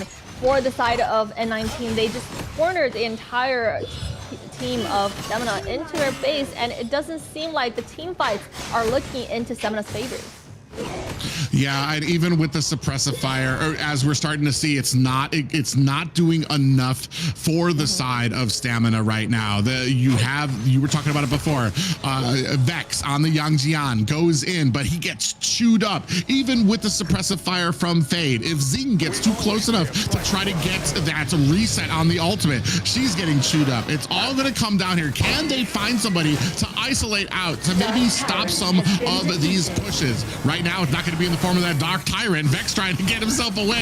He's being cornered by two members. Big pickup there. Lapu finds the pop-up. Another one, taking him down to 25% health. And a big ultimate comes out from Ferd. Is going to find Vex. That is going to be one down. Another three members down. Just two left for the side of Stamina, trying to find the safety of the tower. A full team wipe for N19. And I believe this is going to wrap up the first game at the 19-minute mark. N19, your victors of the first game of this series.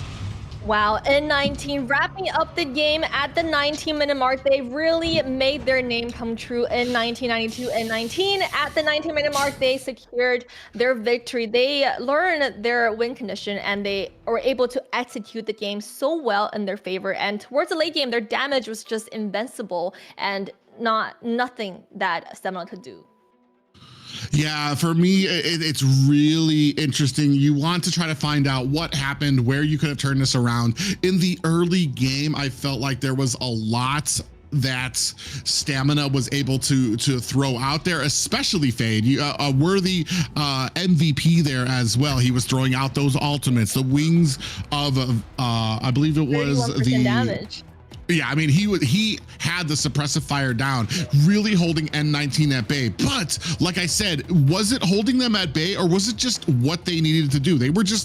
Kevin just was nowhere near the fights, continually farming, continually trying to get that gold that he needed. As soon as he came online, when you go into that late game, you've got a Nuwa late game, you've got an Arlie late game, and that really turned things around for Stamina Esports, or for N19.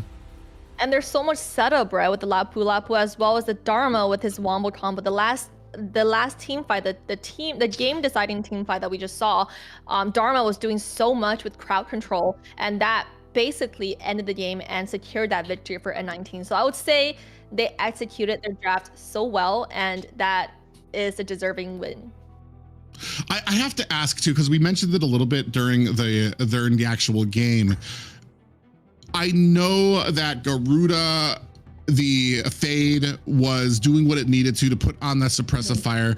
Do we think maybe prioritizing anti-heal against an Ogren, against a Lapu maybe might have had a difference? Maybe they might have suffered, they might have struggled a little bit more in the early game, or they might not have been as dominant as they were in the early game. But I feel like it would have come to fruition. It would have paid its dividends as we moved into the the late game. Yeah, I mean, Private is speaking the souls of all us in ranked, right? We want the mage to be picking up that venomous, picking up that anti-heal. I mean, you're really the only player that can really unleash the power of anti-heal, right? So when the mage doesn't pick it up, it almost seems like, oh, just blame the mage, right? But I also do think that part of it is the venomous. So I do think mages out there, you guys should pick up the venomous when you see the enemy team has a lot of sustain, right? But also the late game comp, right, is just draft difference. Towards the late game, there's nothing that can really set up a good team fight and catch that early off the map, or catch up that Nuwa, or even reach the back line to get to that Nuwa. I think they're really lacking that front line and also that team setup capabilities, or even like a dive into some of the back lines. So it's just towards the end of the game, when it's dragged into the 19-minute mark, there's not much that they can do, right? But let's take a look at the second game draft and whether they can do any better being on the red side. It's gonna be very interesting to see how this goes. I love the point that you bring up that yeah, you could have picked a venomous staff, but you were facing the later and later it got, the better it was looking for N19. You had a Nua, you had an Arlie. So by the time venomous staff, but by the time you start getting to that point where venomous staff is starting to have an effect, now you're dealing with a freaking Nua, you're dealing with an Arlie, and it was a tough position to be in. And I see what the plan was. It's like, let's just not let them get to the late game. Let's try to dominate the early game. The only problem is they weren't able to make enough headway in that early game to really have an effect. And unfortunately, it was able to turn around on them. Here, second draft here, we can see Dharma taken off the board for N19, Mai Shiranu taken off the board for Stamina. Yeah, they picked it last game, but this game they really don't want to deal with it coming in from Stamina, so they just removed it off the map, the Dharma, the Arlie, leaving us with still some strong pick. They picked up the Lone, which is one of the strongest marksmen in the meta.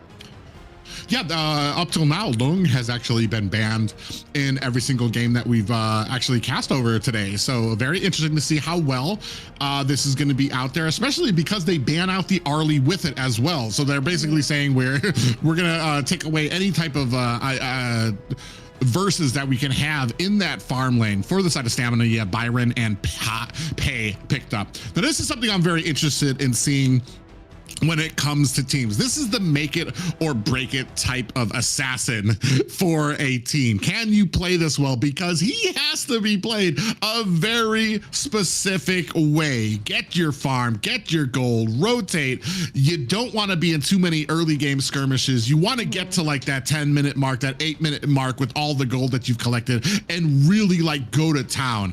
Are we going to be able to mount the pressure that we need to on N19 to be able to kind of offset the pay, to really get into his head, to make sure that he doesn't have a good time in his jungle? He's the worst thing that you can do against a comp like this is just let Stamina free farm. I mean, we're seeing a pattern, right, Private, with the side of Stamina. They're really prioritizing the early game battle heroes like Pei, like Byron. A very typical combo that we see with the Byron, the Pei. Mai is taken off the map, but it would have been a very decent combo. And pairing up with the Deer and Jia, I feel like with that, it almost once again lacked a little bit of damage. So we have to see what Stamina picks up for the mid lane. But like you mentioned, on the side of N19, they need to find something to counter that Pei in the early game, is to make that lone farm. Ooh, I like that they're trying to read into some of these other assassins. Don't allow N19 to try to play your same game against you, where you're going to have an assassin that's going to be running around the map, getting farmed. I want to say Pei probably has one of the fastest farms. Excuse me, immediate counters that come to mind. I believe Ukyo has always been quoted to me. Ukyo Tachiban has been a big one in the jungle because of the immense amount of damage and CC that he can kind of throw out there. Here, I wonder if we go with, if we don't go with something that's a little bit more early game, maybe a little bit tankier, that allows us the freedom to go into enemy jungle and find ourselves an escape as well, so that we can put on that pressure without fear of the entire team kind of surrounding us. That's going to be very that hasn't been picked up. You're not going to fool me. The Gentle, I will have to see if he actually locks in that Gentle, right? But with Wang Zhaojun, it's a lot of so it does seem like for N19 they are looking into more of a backline mage, right? To really have long hands, and Nua, they did really well in the previous game, actually secured an MVP with that. So if it works, why change it?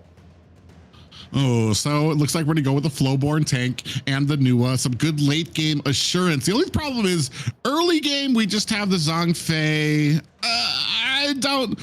I'm not sure what we have as far as the early game. We really kind of shine around the mid to late game for the side of N19, while on the side of Stamina, we do have a little bit when it comes to the Byron. I dare say, I mean, we don't really have too much on the early game for Stamina either. So we have two teams here kind of coming around toward the mid game. I want to say an equal amount of tankiness and engaged. As far as CC, The Flowborn's got a decent amount of CC. You've got the Unbridled Outburst coming from Yaka on the Zhangfei.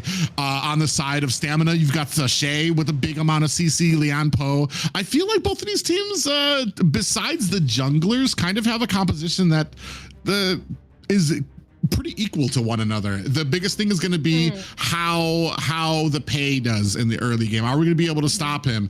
Are we going to be able to get to the late game when it comes to N19 where Nua's going to really shine? That's going to be my big cue there. Or how these engagements go with the Zhangfei, like you said, the Unbridled Outburst. If that's going to be able to find a mark, get these engagements, and really tell the story.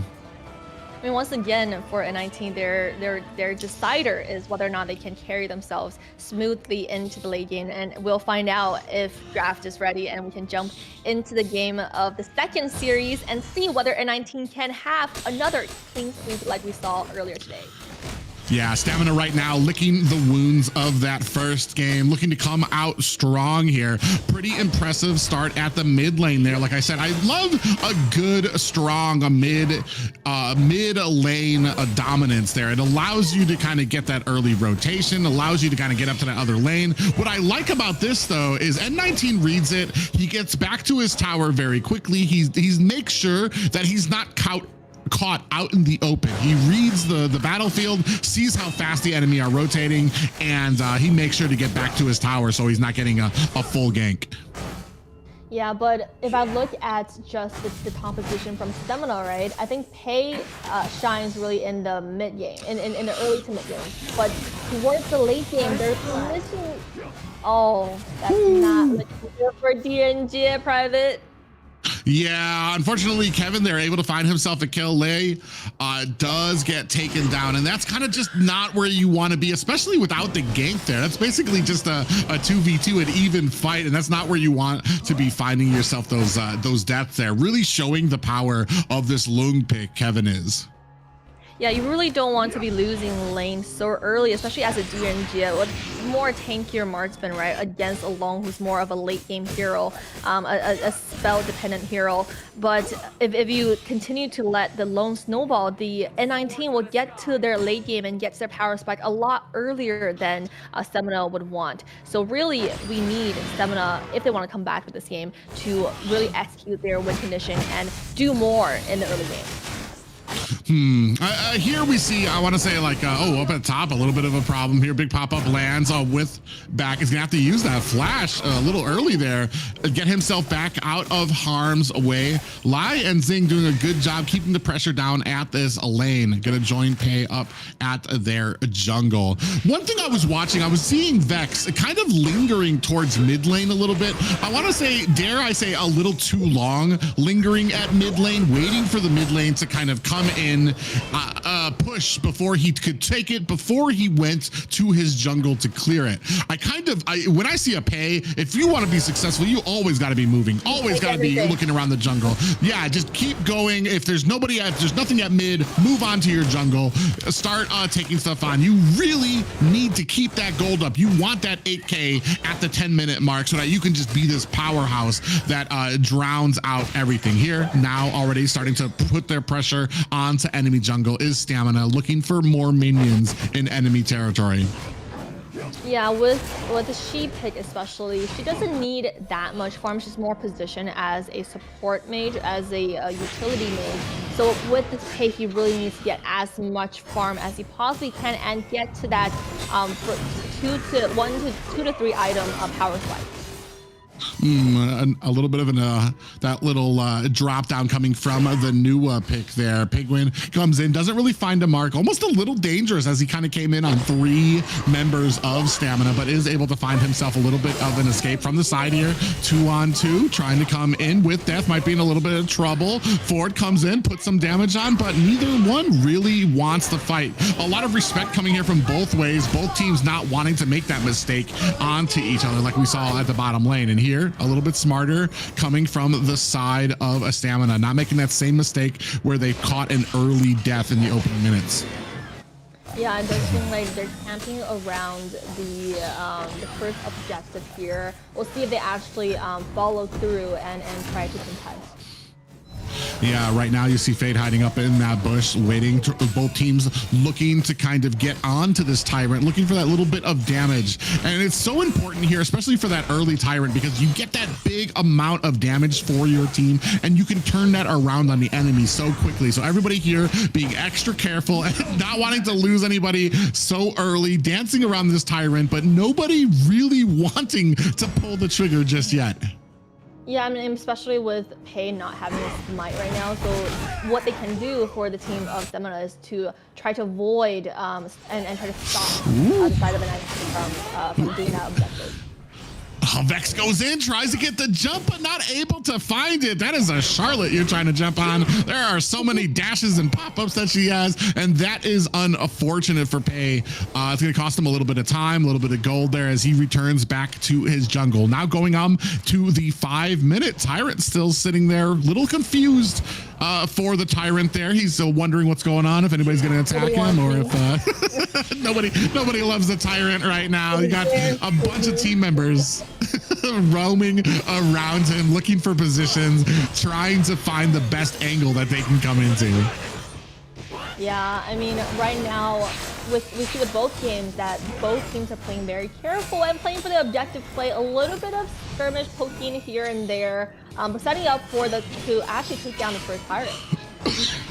Live from an angle here on the side. I'm not sure if they see him in there with Death, comes in, pokes himself back out. Tyrant has been defeated. Oh, and a big Tyrant pickup for the side. I believe that was for the side of N19. They picked that up quickly, and the rest of Stamina are going to back off. But what do we do here? Are we going to be able to answer it with something? Are we going to be able to kind of go up to the side lane? Oh, Pei waiting up at the top for. Oh no, he's actually going to teleport. I thought he was actually going to go after Charlotte. They're actually having a little bit of an engage there. Vex in trouble. Taken down, stopped by Charlotte. Oh, I wish I could have shown that earlier, but you saw him try to teleport, get stunned by the Charlotte. A great read there by Bitter Mind there to find the Pei, and then that was all she wrote for Vex. And now Flowborn just like roaming around very freely in the jungle of Pei. It's not looking good for the side of Stamina. I mean, with the Tyrant just now, a little bit of a skirmish, a little bit here and there, nothing major, but that Tyrant loss, they took it so decisively, the side of N19, seeing that the Pei was all the way up in the clash lane, and for a play to actually die to Charlotte is something we don't like to see. Yeah, it's going to really set back the kind of gold that you need there. Down here at the bottom, Kevin doing a great job. Going to put the damage onto this bottom tower very quickly. Is he going to be able to get away? Yes, he's going to use that ultimate to fly away. Fingers up as he finds himself an escape and a tower to boot. Here, first tower of the game going over to the side of N19. A 2K gold lead for them as well. Unfortunate for the side of Stamina, not able to find the marks or a kill just yet, and I fear that the later and later this game goes, the more that this rift is going to show. Oh, big pop-up there lands on the with Death trying to put the damage on, but man, a great game there played by B tier mid. Yeah, with the side of N19, they are really playing by the objectives, but they're still also winning in the team fight and just have a lot more control over the map despite being more of a late game call. Yeah, you see a NAKA comes in there, finds himself a pop-up. Look at all the damage coming out from Live there. Oh, might have been got caught out there. Unbridled outburst for the defensive run away there. Wow, Kevin raining down damage. Turns it around, and unfortunate for the side of Stamina, still not able to find that elusive first kill. Yeah, but I mean, he is a chunky tank, so catching him won't be the easiest. But as we progress towards the later of the game, it seems like Stamina, they cannot, like, how can they even reach the backline? What do they have in their kit to really get to that nuance, to get to that long? Yeah, and that's kind of the thing, is you're kind of hoping that from the front, Fade on this Shay mage is going to be able to kind of lure people back. But right now, we're having a heck of a time even kind of getting enough damage to find that. They're doing a great job of their positioning. They're making sure that it's always a NAKA on that Zhong Fei up in front. If anybody gets caught, it's going to be the NAKA. It's going to be the tank, the roam page. Now we have N19 coming up on the leg, goes back to the safety of the tower. Big pop-up comes in underneath the tower. Big stun. one lands on the B tier mid. They go and find themselves enough space to get away from the tower. A good read by Stamina not to push it, as Ayaka was hiding in that bush waiting to get the flank. Yes, even with that a little bit of an overcommitment, they still cannot catch any of the members of N19 because they have so much mobility and so much escape.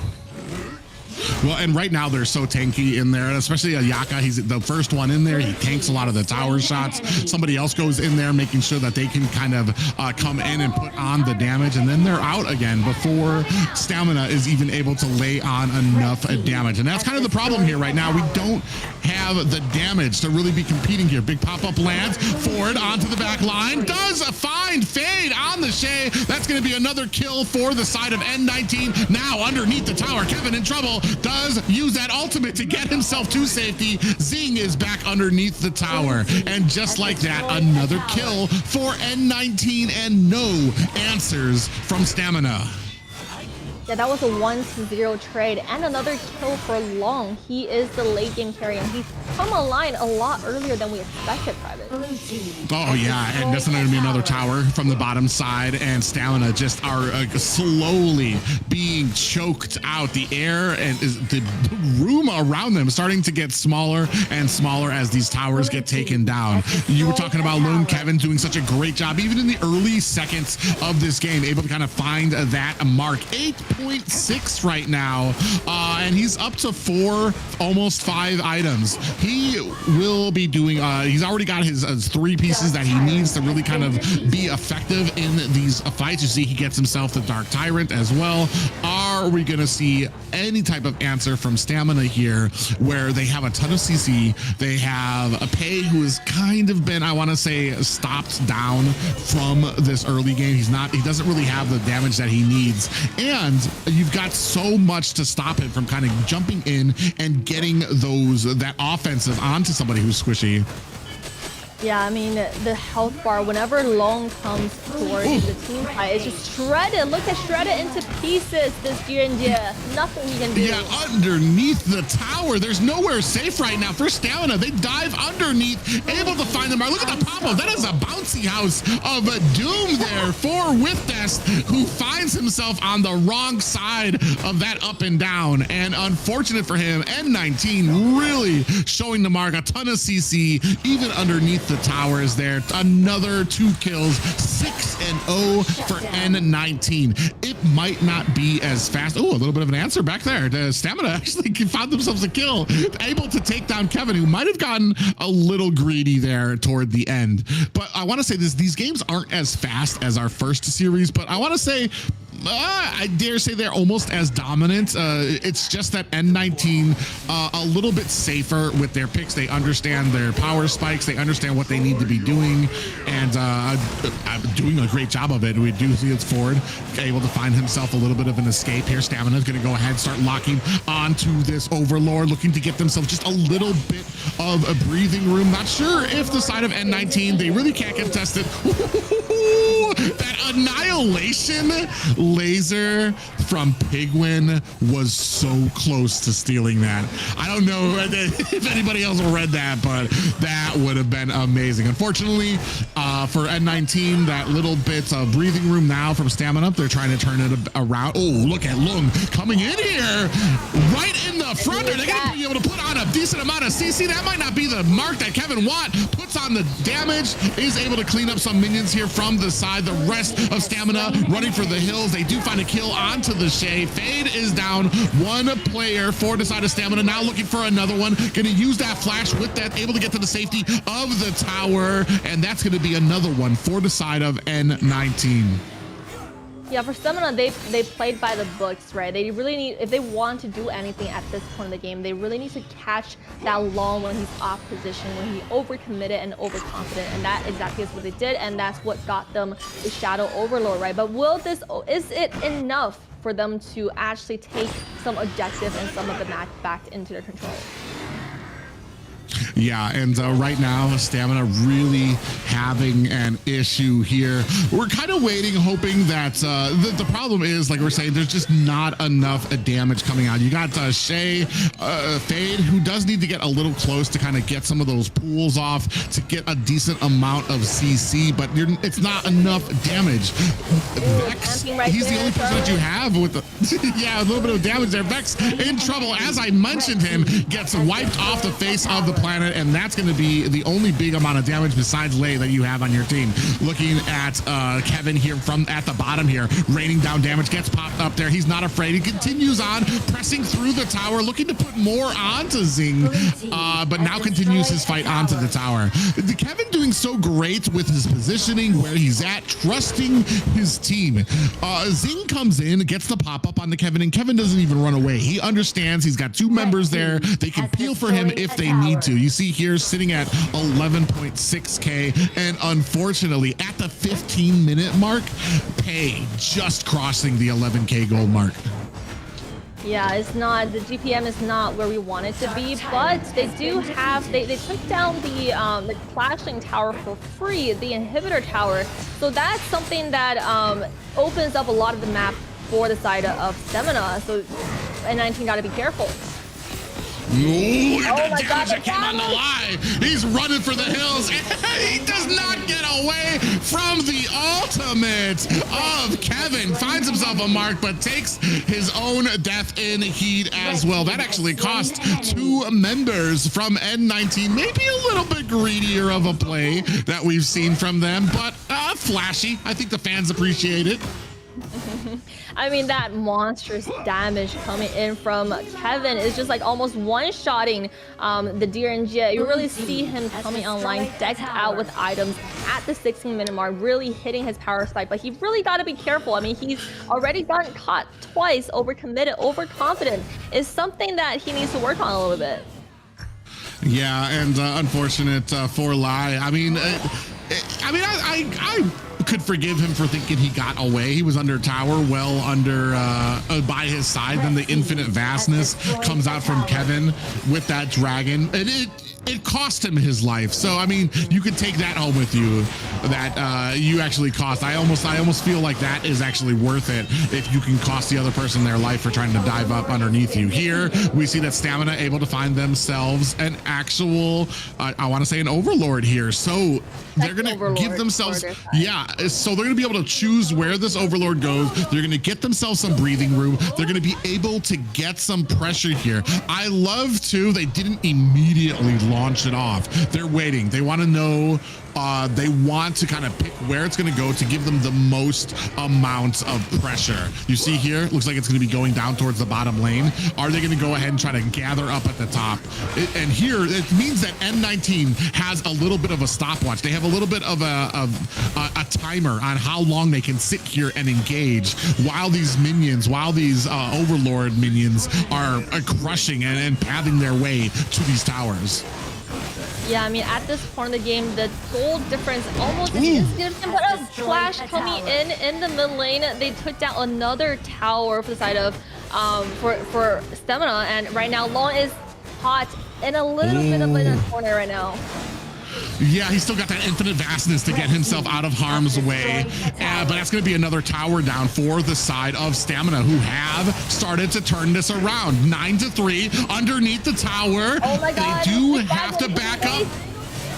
Yeah, you can see up at the top. Oh, catches 4 members from the backside. Big pop-up lands. Looks like N19 has turned this around. Zing running for the hills. You can see B-tier God running away, surrounded by 5 members, looking for an escape. Is able to find himself a dash back over at the base. Minions and dragons duking it out. And Pigwin throws out an annihilation, but it is not enough to save him. See, I get very anxious whenever I see a dragon hitting my base and nobody is there to stop it. But I guess they're playing no fear gaming. They know that the damage that it does. But still, look at the mistakes that N19 that has cost them so much disadvantage on the map. I mean, they're still somewhat in control of the game. I would say they still have their win condition ready, but they really have to be more careful towards the late game. Ooh, you see the big pop-ups coming in here. Zing on the back end with Death trying to stay on the front line. Meanwhile, both teams looking for Ford in trouble there. Big pop-up lands there from Zing. Is it going to be enough? Zing trying to get away, getting stabbed down, and B-tier God, or B-tier mid finds himself a kill there with Death, taken down by Kevin. 2 down, 4 to side of Stamina, and out comes the infinite vastness from Kevin. They're going to back up because they have another objective in mind. Yeah, they really have to take care of that clash lane, that far lane out there that's with the base right open, right, and prepare themselves for this for this last and critical objective, the Tempest Dragon, right? They cannot, they don't have what it takes to lose this dragon, right? So we really need to see this Tempest Dragon and who actually gets it and secures the game. Yeah, we are at the 20-minute mark. The Tempest Dragon is out. Both teams know they're actually pretty even at this point. You saw from that last fight, it just kind of comes down to them being able to focus down one player. Is it going to be enough here? I feel like Stamina does have what they need down to 25%. They need to actually engage now if they want to have a chance at this Tempest. They come in from the backside, 10% left. Is it going to be enough? And Kevin able to find the last hit there. Are they going to be able to make them pay? Stamina tries to come in, gets taken out. That's a big tank in Zing, down for the count. Resurrection on the Vex. Is it going to be enough? It is not. 2 down. They are chasing down Stamina one by one. There goes Lai as well. That is almost a team wipe for N19. And I want to say there's not much that Stamina could have done there. They did what they were supposed to. They tried to engage, tried to stop them, but once they lost the Tempest Dragon, it was pretty much a wrap. Yeah, I mean, this dragon and that team fight is what it seems for N19 to close out this game. A very decisive victory. They're doing really well throughout the game, but at this point, another sweep that we're looking at today. Yeah, N19 really, I want to say, I almost don't even like, I almost feel like I liked Stamina's drafts a little better sometimes. It's just, I feel like N19 really played well, whether it was Kevin, who did an excellent job, well-deserved MVP there, getting the kill in the opening seconds, or some of the outplays we saw from a NAKA, able to kind of get into enemy territory, do the most. He had a very thorough understanding of the damage he could take, what he could be piled on, and then the infinite, or not the infinite, then the unbridled outburst came out from him, and he would be able to escape. A great job by this team, especially as you see a NAKA 0-0-15. That is a roam doing his job, and unfortunately for Stamina, the woes of a pay that is not protected really kind of came out there. And I dare say it wasn't even that he wasn't protected. I feel like there were a few decisions waiting at mid lane for minions to come when you could have been farming, and he really had a bone to pick with B tier mid, because there was a lot of times he was kind of camping out that lane hoping to try to get the gank on there, and unfortunately it kind of got turned around on him. Well, B tier mid proved to be an A tier and S tier clash lane. So a great job for N19. I agree to disagree. I actually really like N19's draft. They have a very solid and balanced draft with every lane, and they executed their win condition, right? Both games actually went towards the late game, and especially the second game. Some mistake coming in from Kevin, but still, with that solo kill in the early game against the DNJ, it just proves how strong he is. Yeah, you can see here N19 will be moving on to phase 2, our best of 1 round robin. So they'll be joining DJB Club to onto that second phase. We are going to be seeing who will be the third team that will join them and moving on to Sunday. But man, N19, a solid game. Maybe not as fast as DJB Club, but I want to say they picked them apart. They were very slow and methodical getting the mid lane. I feel like the safer game was played by N19 here, but just as dominant. and they're playing the games at a very professional caliber, right? Like both teams really understood that the goal of the game is not to kill people, is not to slaughter the entire map. The goal is to push down the towers, get the objectives, get what you need to get towards the end, right? And with that being said, everyone, we have our 2 challengers moving into the next phase of today, and we're looking at a short break before we come back towards the second half.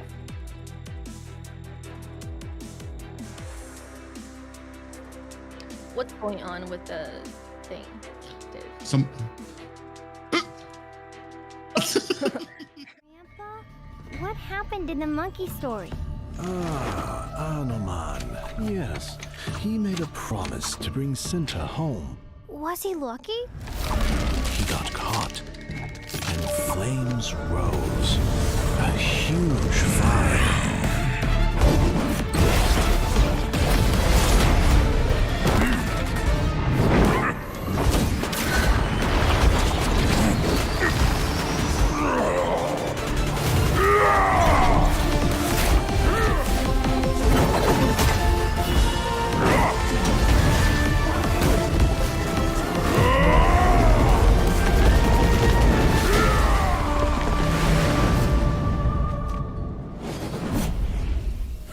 He is a legend. Yes, a man will always admire.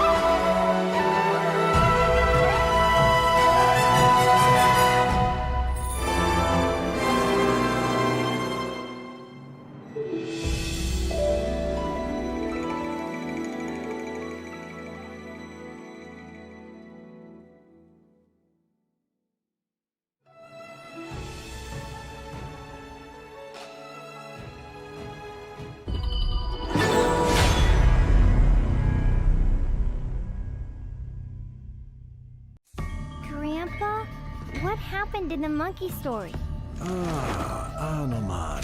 Yes, he made a promise to bring Cinta home. Was he lucky? He got caught, and flames rose. A huge fire.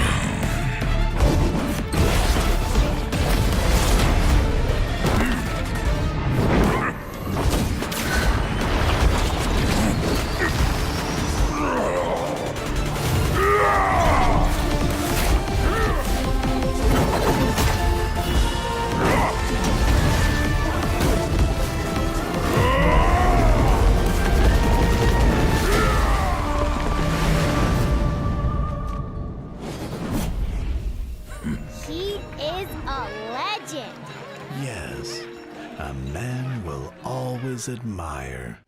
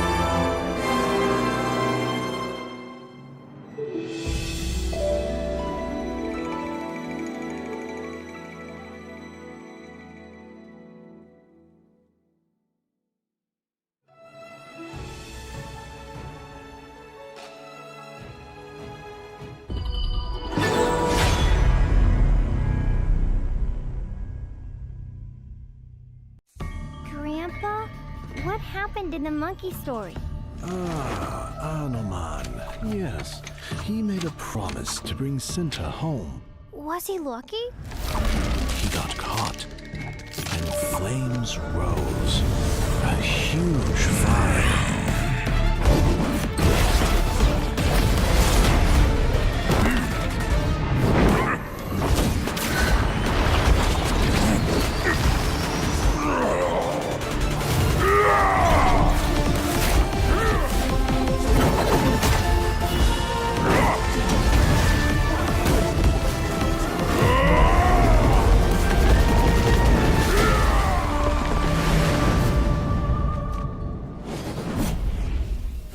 He is a legend.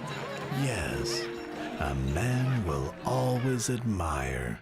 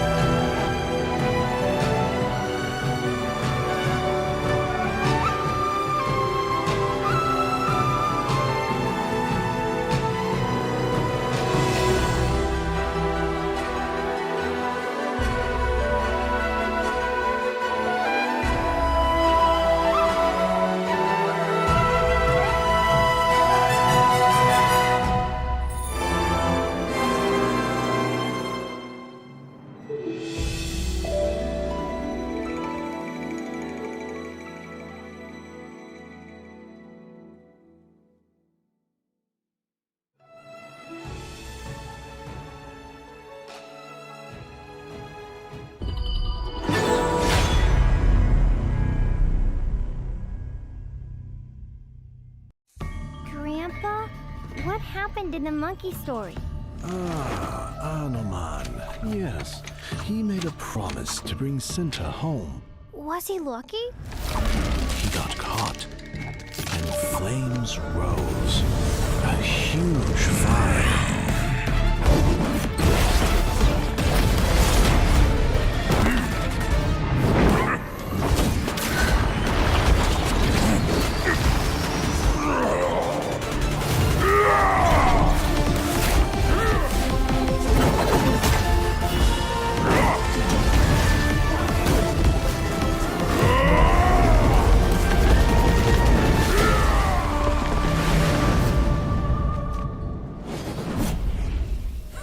He is a legend. Yes, a man will always admire.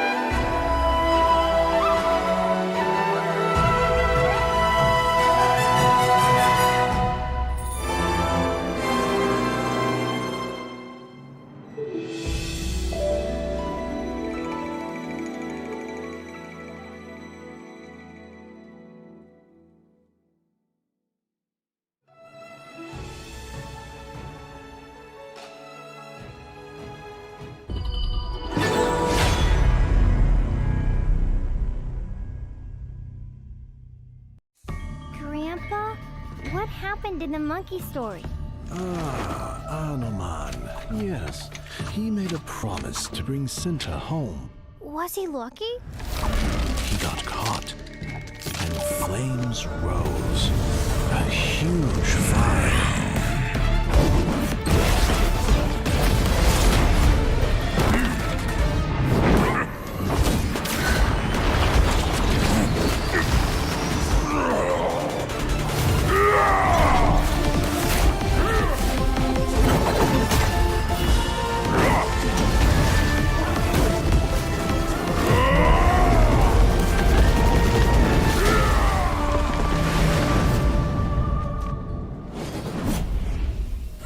He is a legend.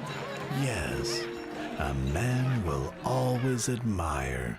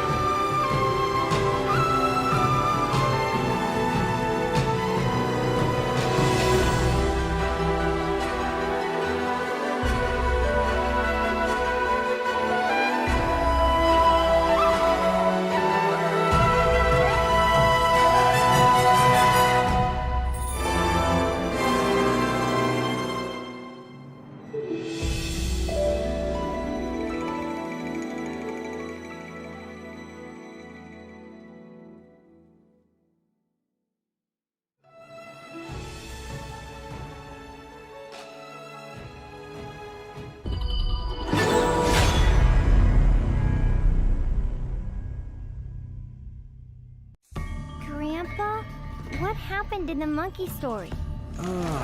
Anoman. Yes, he made a promise to bring Cinta home. Was he lucky? He got caught, and flames rose. A huge fire.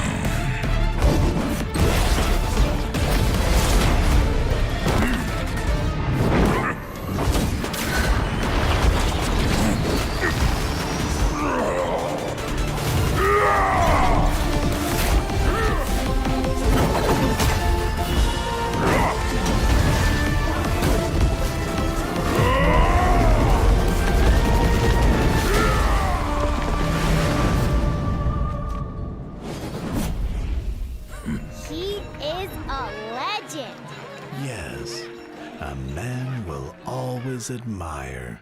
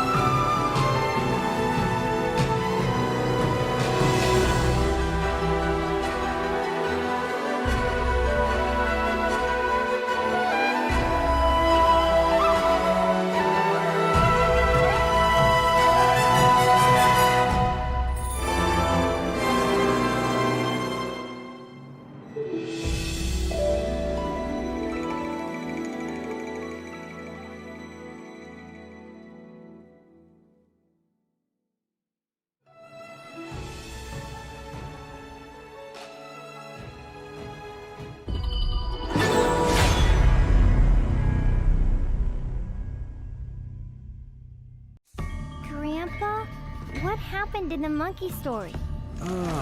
Anoman. Yes, he made a promise to bring Cinta home. Was he lucky? He got caught, and flames rose. A huge fire.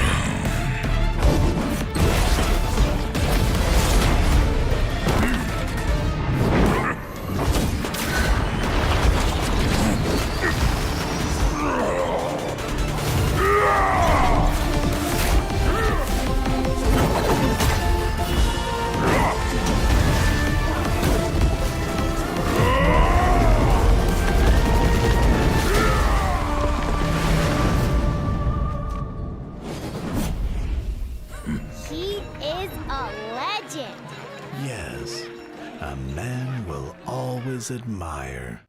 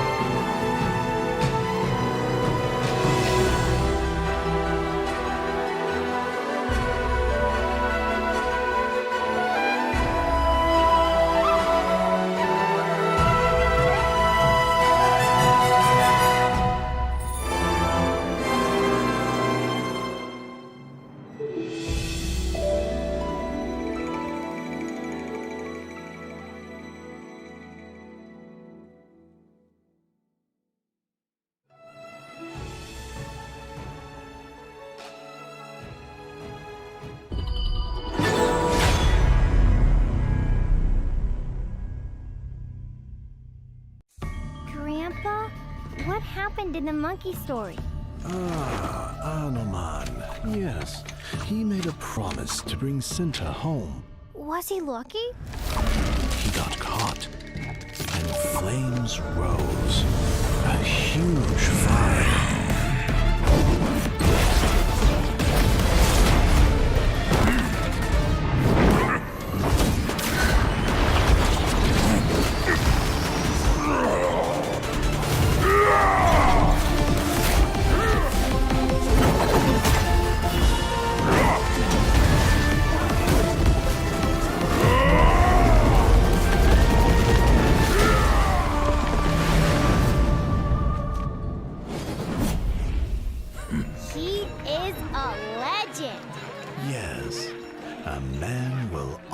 always admire.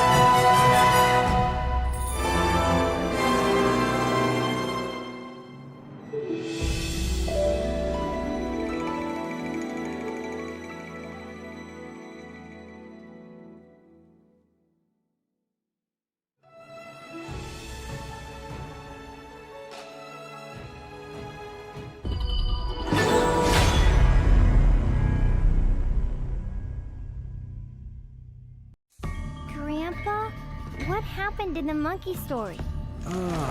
Anoman. Yes, he made a promise to bring Cinta home. Was he lucky? He got caught, and flames rose.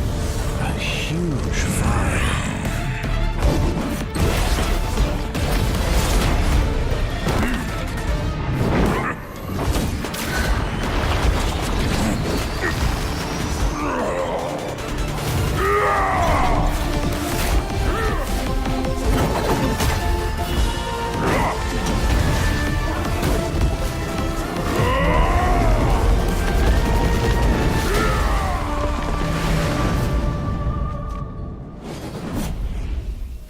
He is a legend.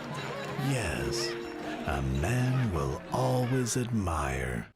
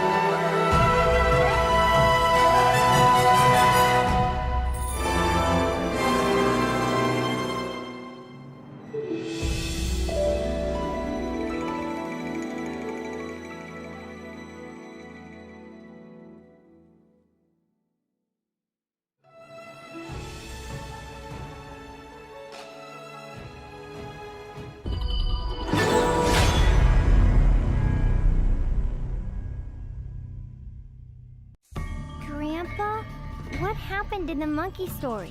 Anoman. Yes, he made a promise to bring Cinta home. Was he lucky? He got caught, and flames rose. A huge fire.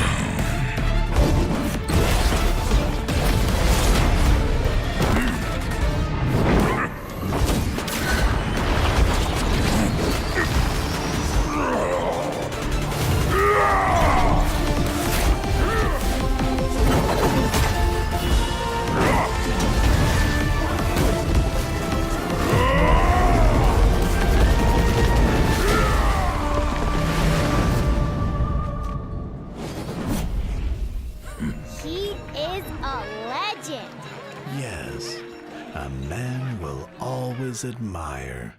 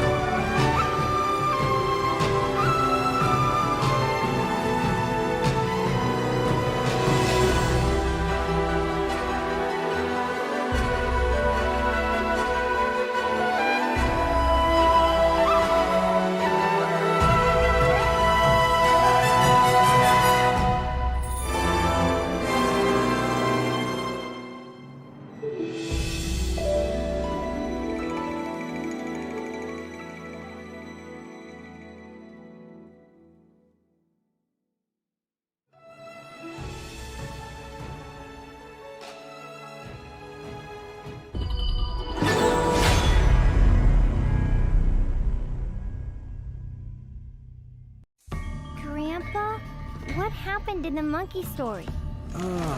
Anoman. Yes, he made a promise to bring Cinta home. Was he lucky? He got caught, and and flames rose.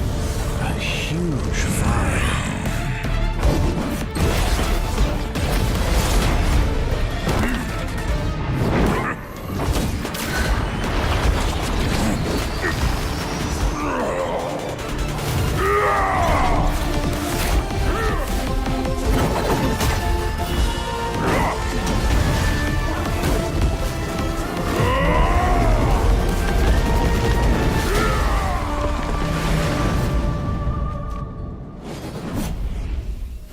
He is a legend. Yes, a man will always admire.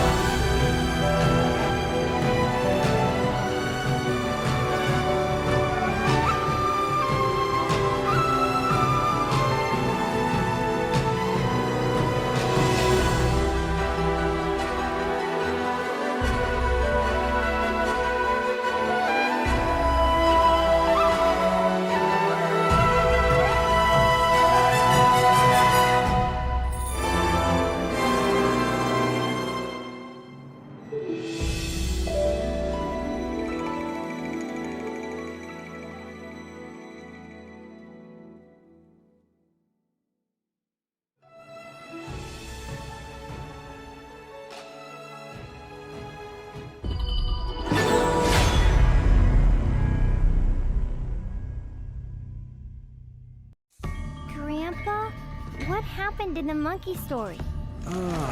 Anoman. Yes, he made a promise to bring Cinta home. Was he lucky? He got caught, and flames rose. A huge fire.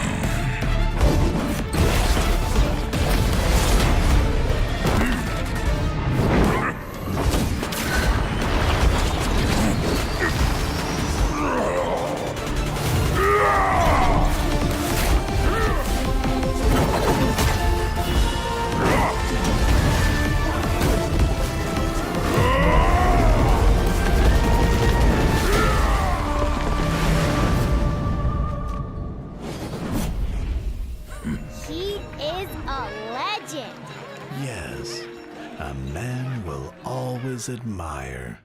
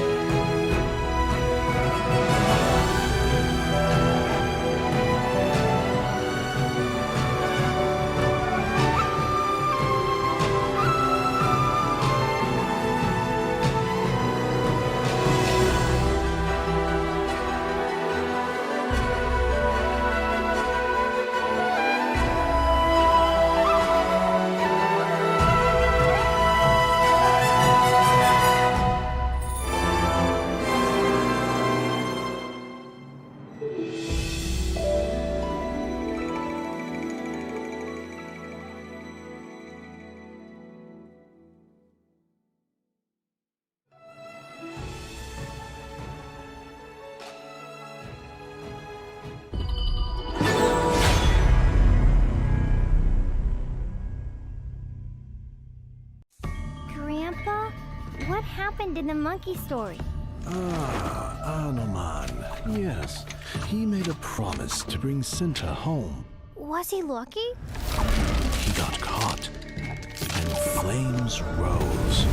A huge fire.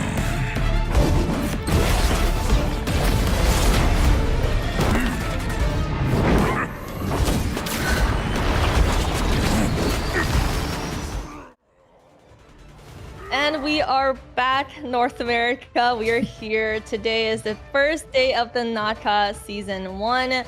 Very exciting matchups that we saw 2 series so far today. But unfortunately, as the teams are unable to fill their rosters, we will... DJB will be proceeding as the challenger into the Phase 3 matches. Yeah, unfortunately, we had a little bit of a schedule adjustment that needed to happen, and some of the teams were not able to make it. DJB, however, was able to kind of make sure that all their team members were ready at any given moment, and they will be moving ahead. So they are going to be our challengers who will be moving on to phase 3 tomorrow. The probably very exciting phase that will feature the top 3 teams in North America right now. It's going to be not in North America, in the region, I want to say, because we've got parts of North America, Canada, South America, LATAM here. But tomorrow it will be DJB taking on the top 2 teams that made it through our qualifiers. So it's going to be an exciting day, and unfortunately, like I said, we have to move forward with the day as we take a look at phase 3, Liz. Yeah, so phase 3 will be the King of Hill format, where both games will be best out of 5. But as the challenger, DJB Club will have to fight the current runner-up, the top 2 team in the open qualifiers, as well as the current champion BYL. So whoever wins the matchup between Flash Simodon and DJB Club will be facing up against the champion, and whoever secures the championship spot of the week will get that prize pool. Sunday schedule, Private.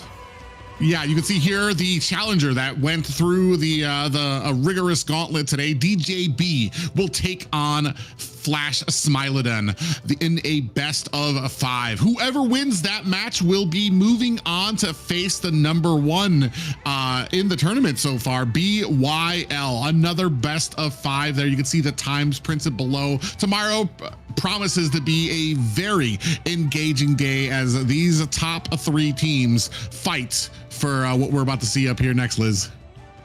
Yeah, what we're about to see is the weekly prize pool. So whoever wins tomorrow's matchup, that one champion in this week, will be walking away with $1,000 and 10,000 tokens. And the rest of the teams, don't worry too much, because every week we'll have a fresh champion. And if you manage to be that one team that wins every single week, then you're walking away with 3,000 and 30,000 tokens. Yeah, I think that's a really important point that you just brought up there. Every single week you have an equal opportunity to come in, blow through the competition, get to that Sunday matchup, and win that $1,000 as well. Equal chances. It just remains to see who will be the best and who will be able to conquer in each week. Yeah, it's definitely a rigorous gauntlet every single week. But for all of these teams, it provides you an equal opportunity to shine and to improve every week. So if you didn't do so well this week, don't worry. If you couldn't make your time this week, maybe do better next week. But you have an equal chance next week. And hopefully next week we get to see more of these exciting matchups between the teams. But tomorrow's match is private. I'm very, very excited. And I'm especially excited to see how our top 2 seeding team, who made it out of the almost 20 people qualifiers, 20 teams qualifiers, to be the top 2 teams in North America, and how they perform up against our challenger this week. Yeah, it's been an exciting night of matches, exciting series that we've seen. Some of the picks. There's a few things that a lot of these teams can take a look back at what they did, how they can kind of come back. But I'm very excited to see not just next week, but how we perform tomorrow when the stakes get even higher. Yeah, the stakes are high tomorrow. Today we had so much fun. I had so much fun casting alongside Private, reminding myself what being a caster is like. So very, very exciting day for me. I hope you guys all enjoyed watching, and thank you so much for waiting. So thank you for your patience and tuning in with us. And once again, we're excited to see you tomorrow. So come back tomorrow for phase 3 match in the first week of the NAKA season 1. And now we're tuning off.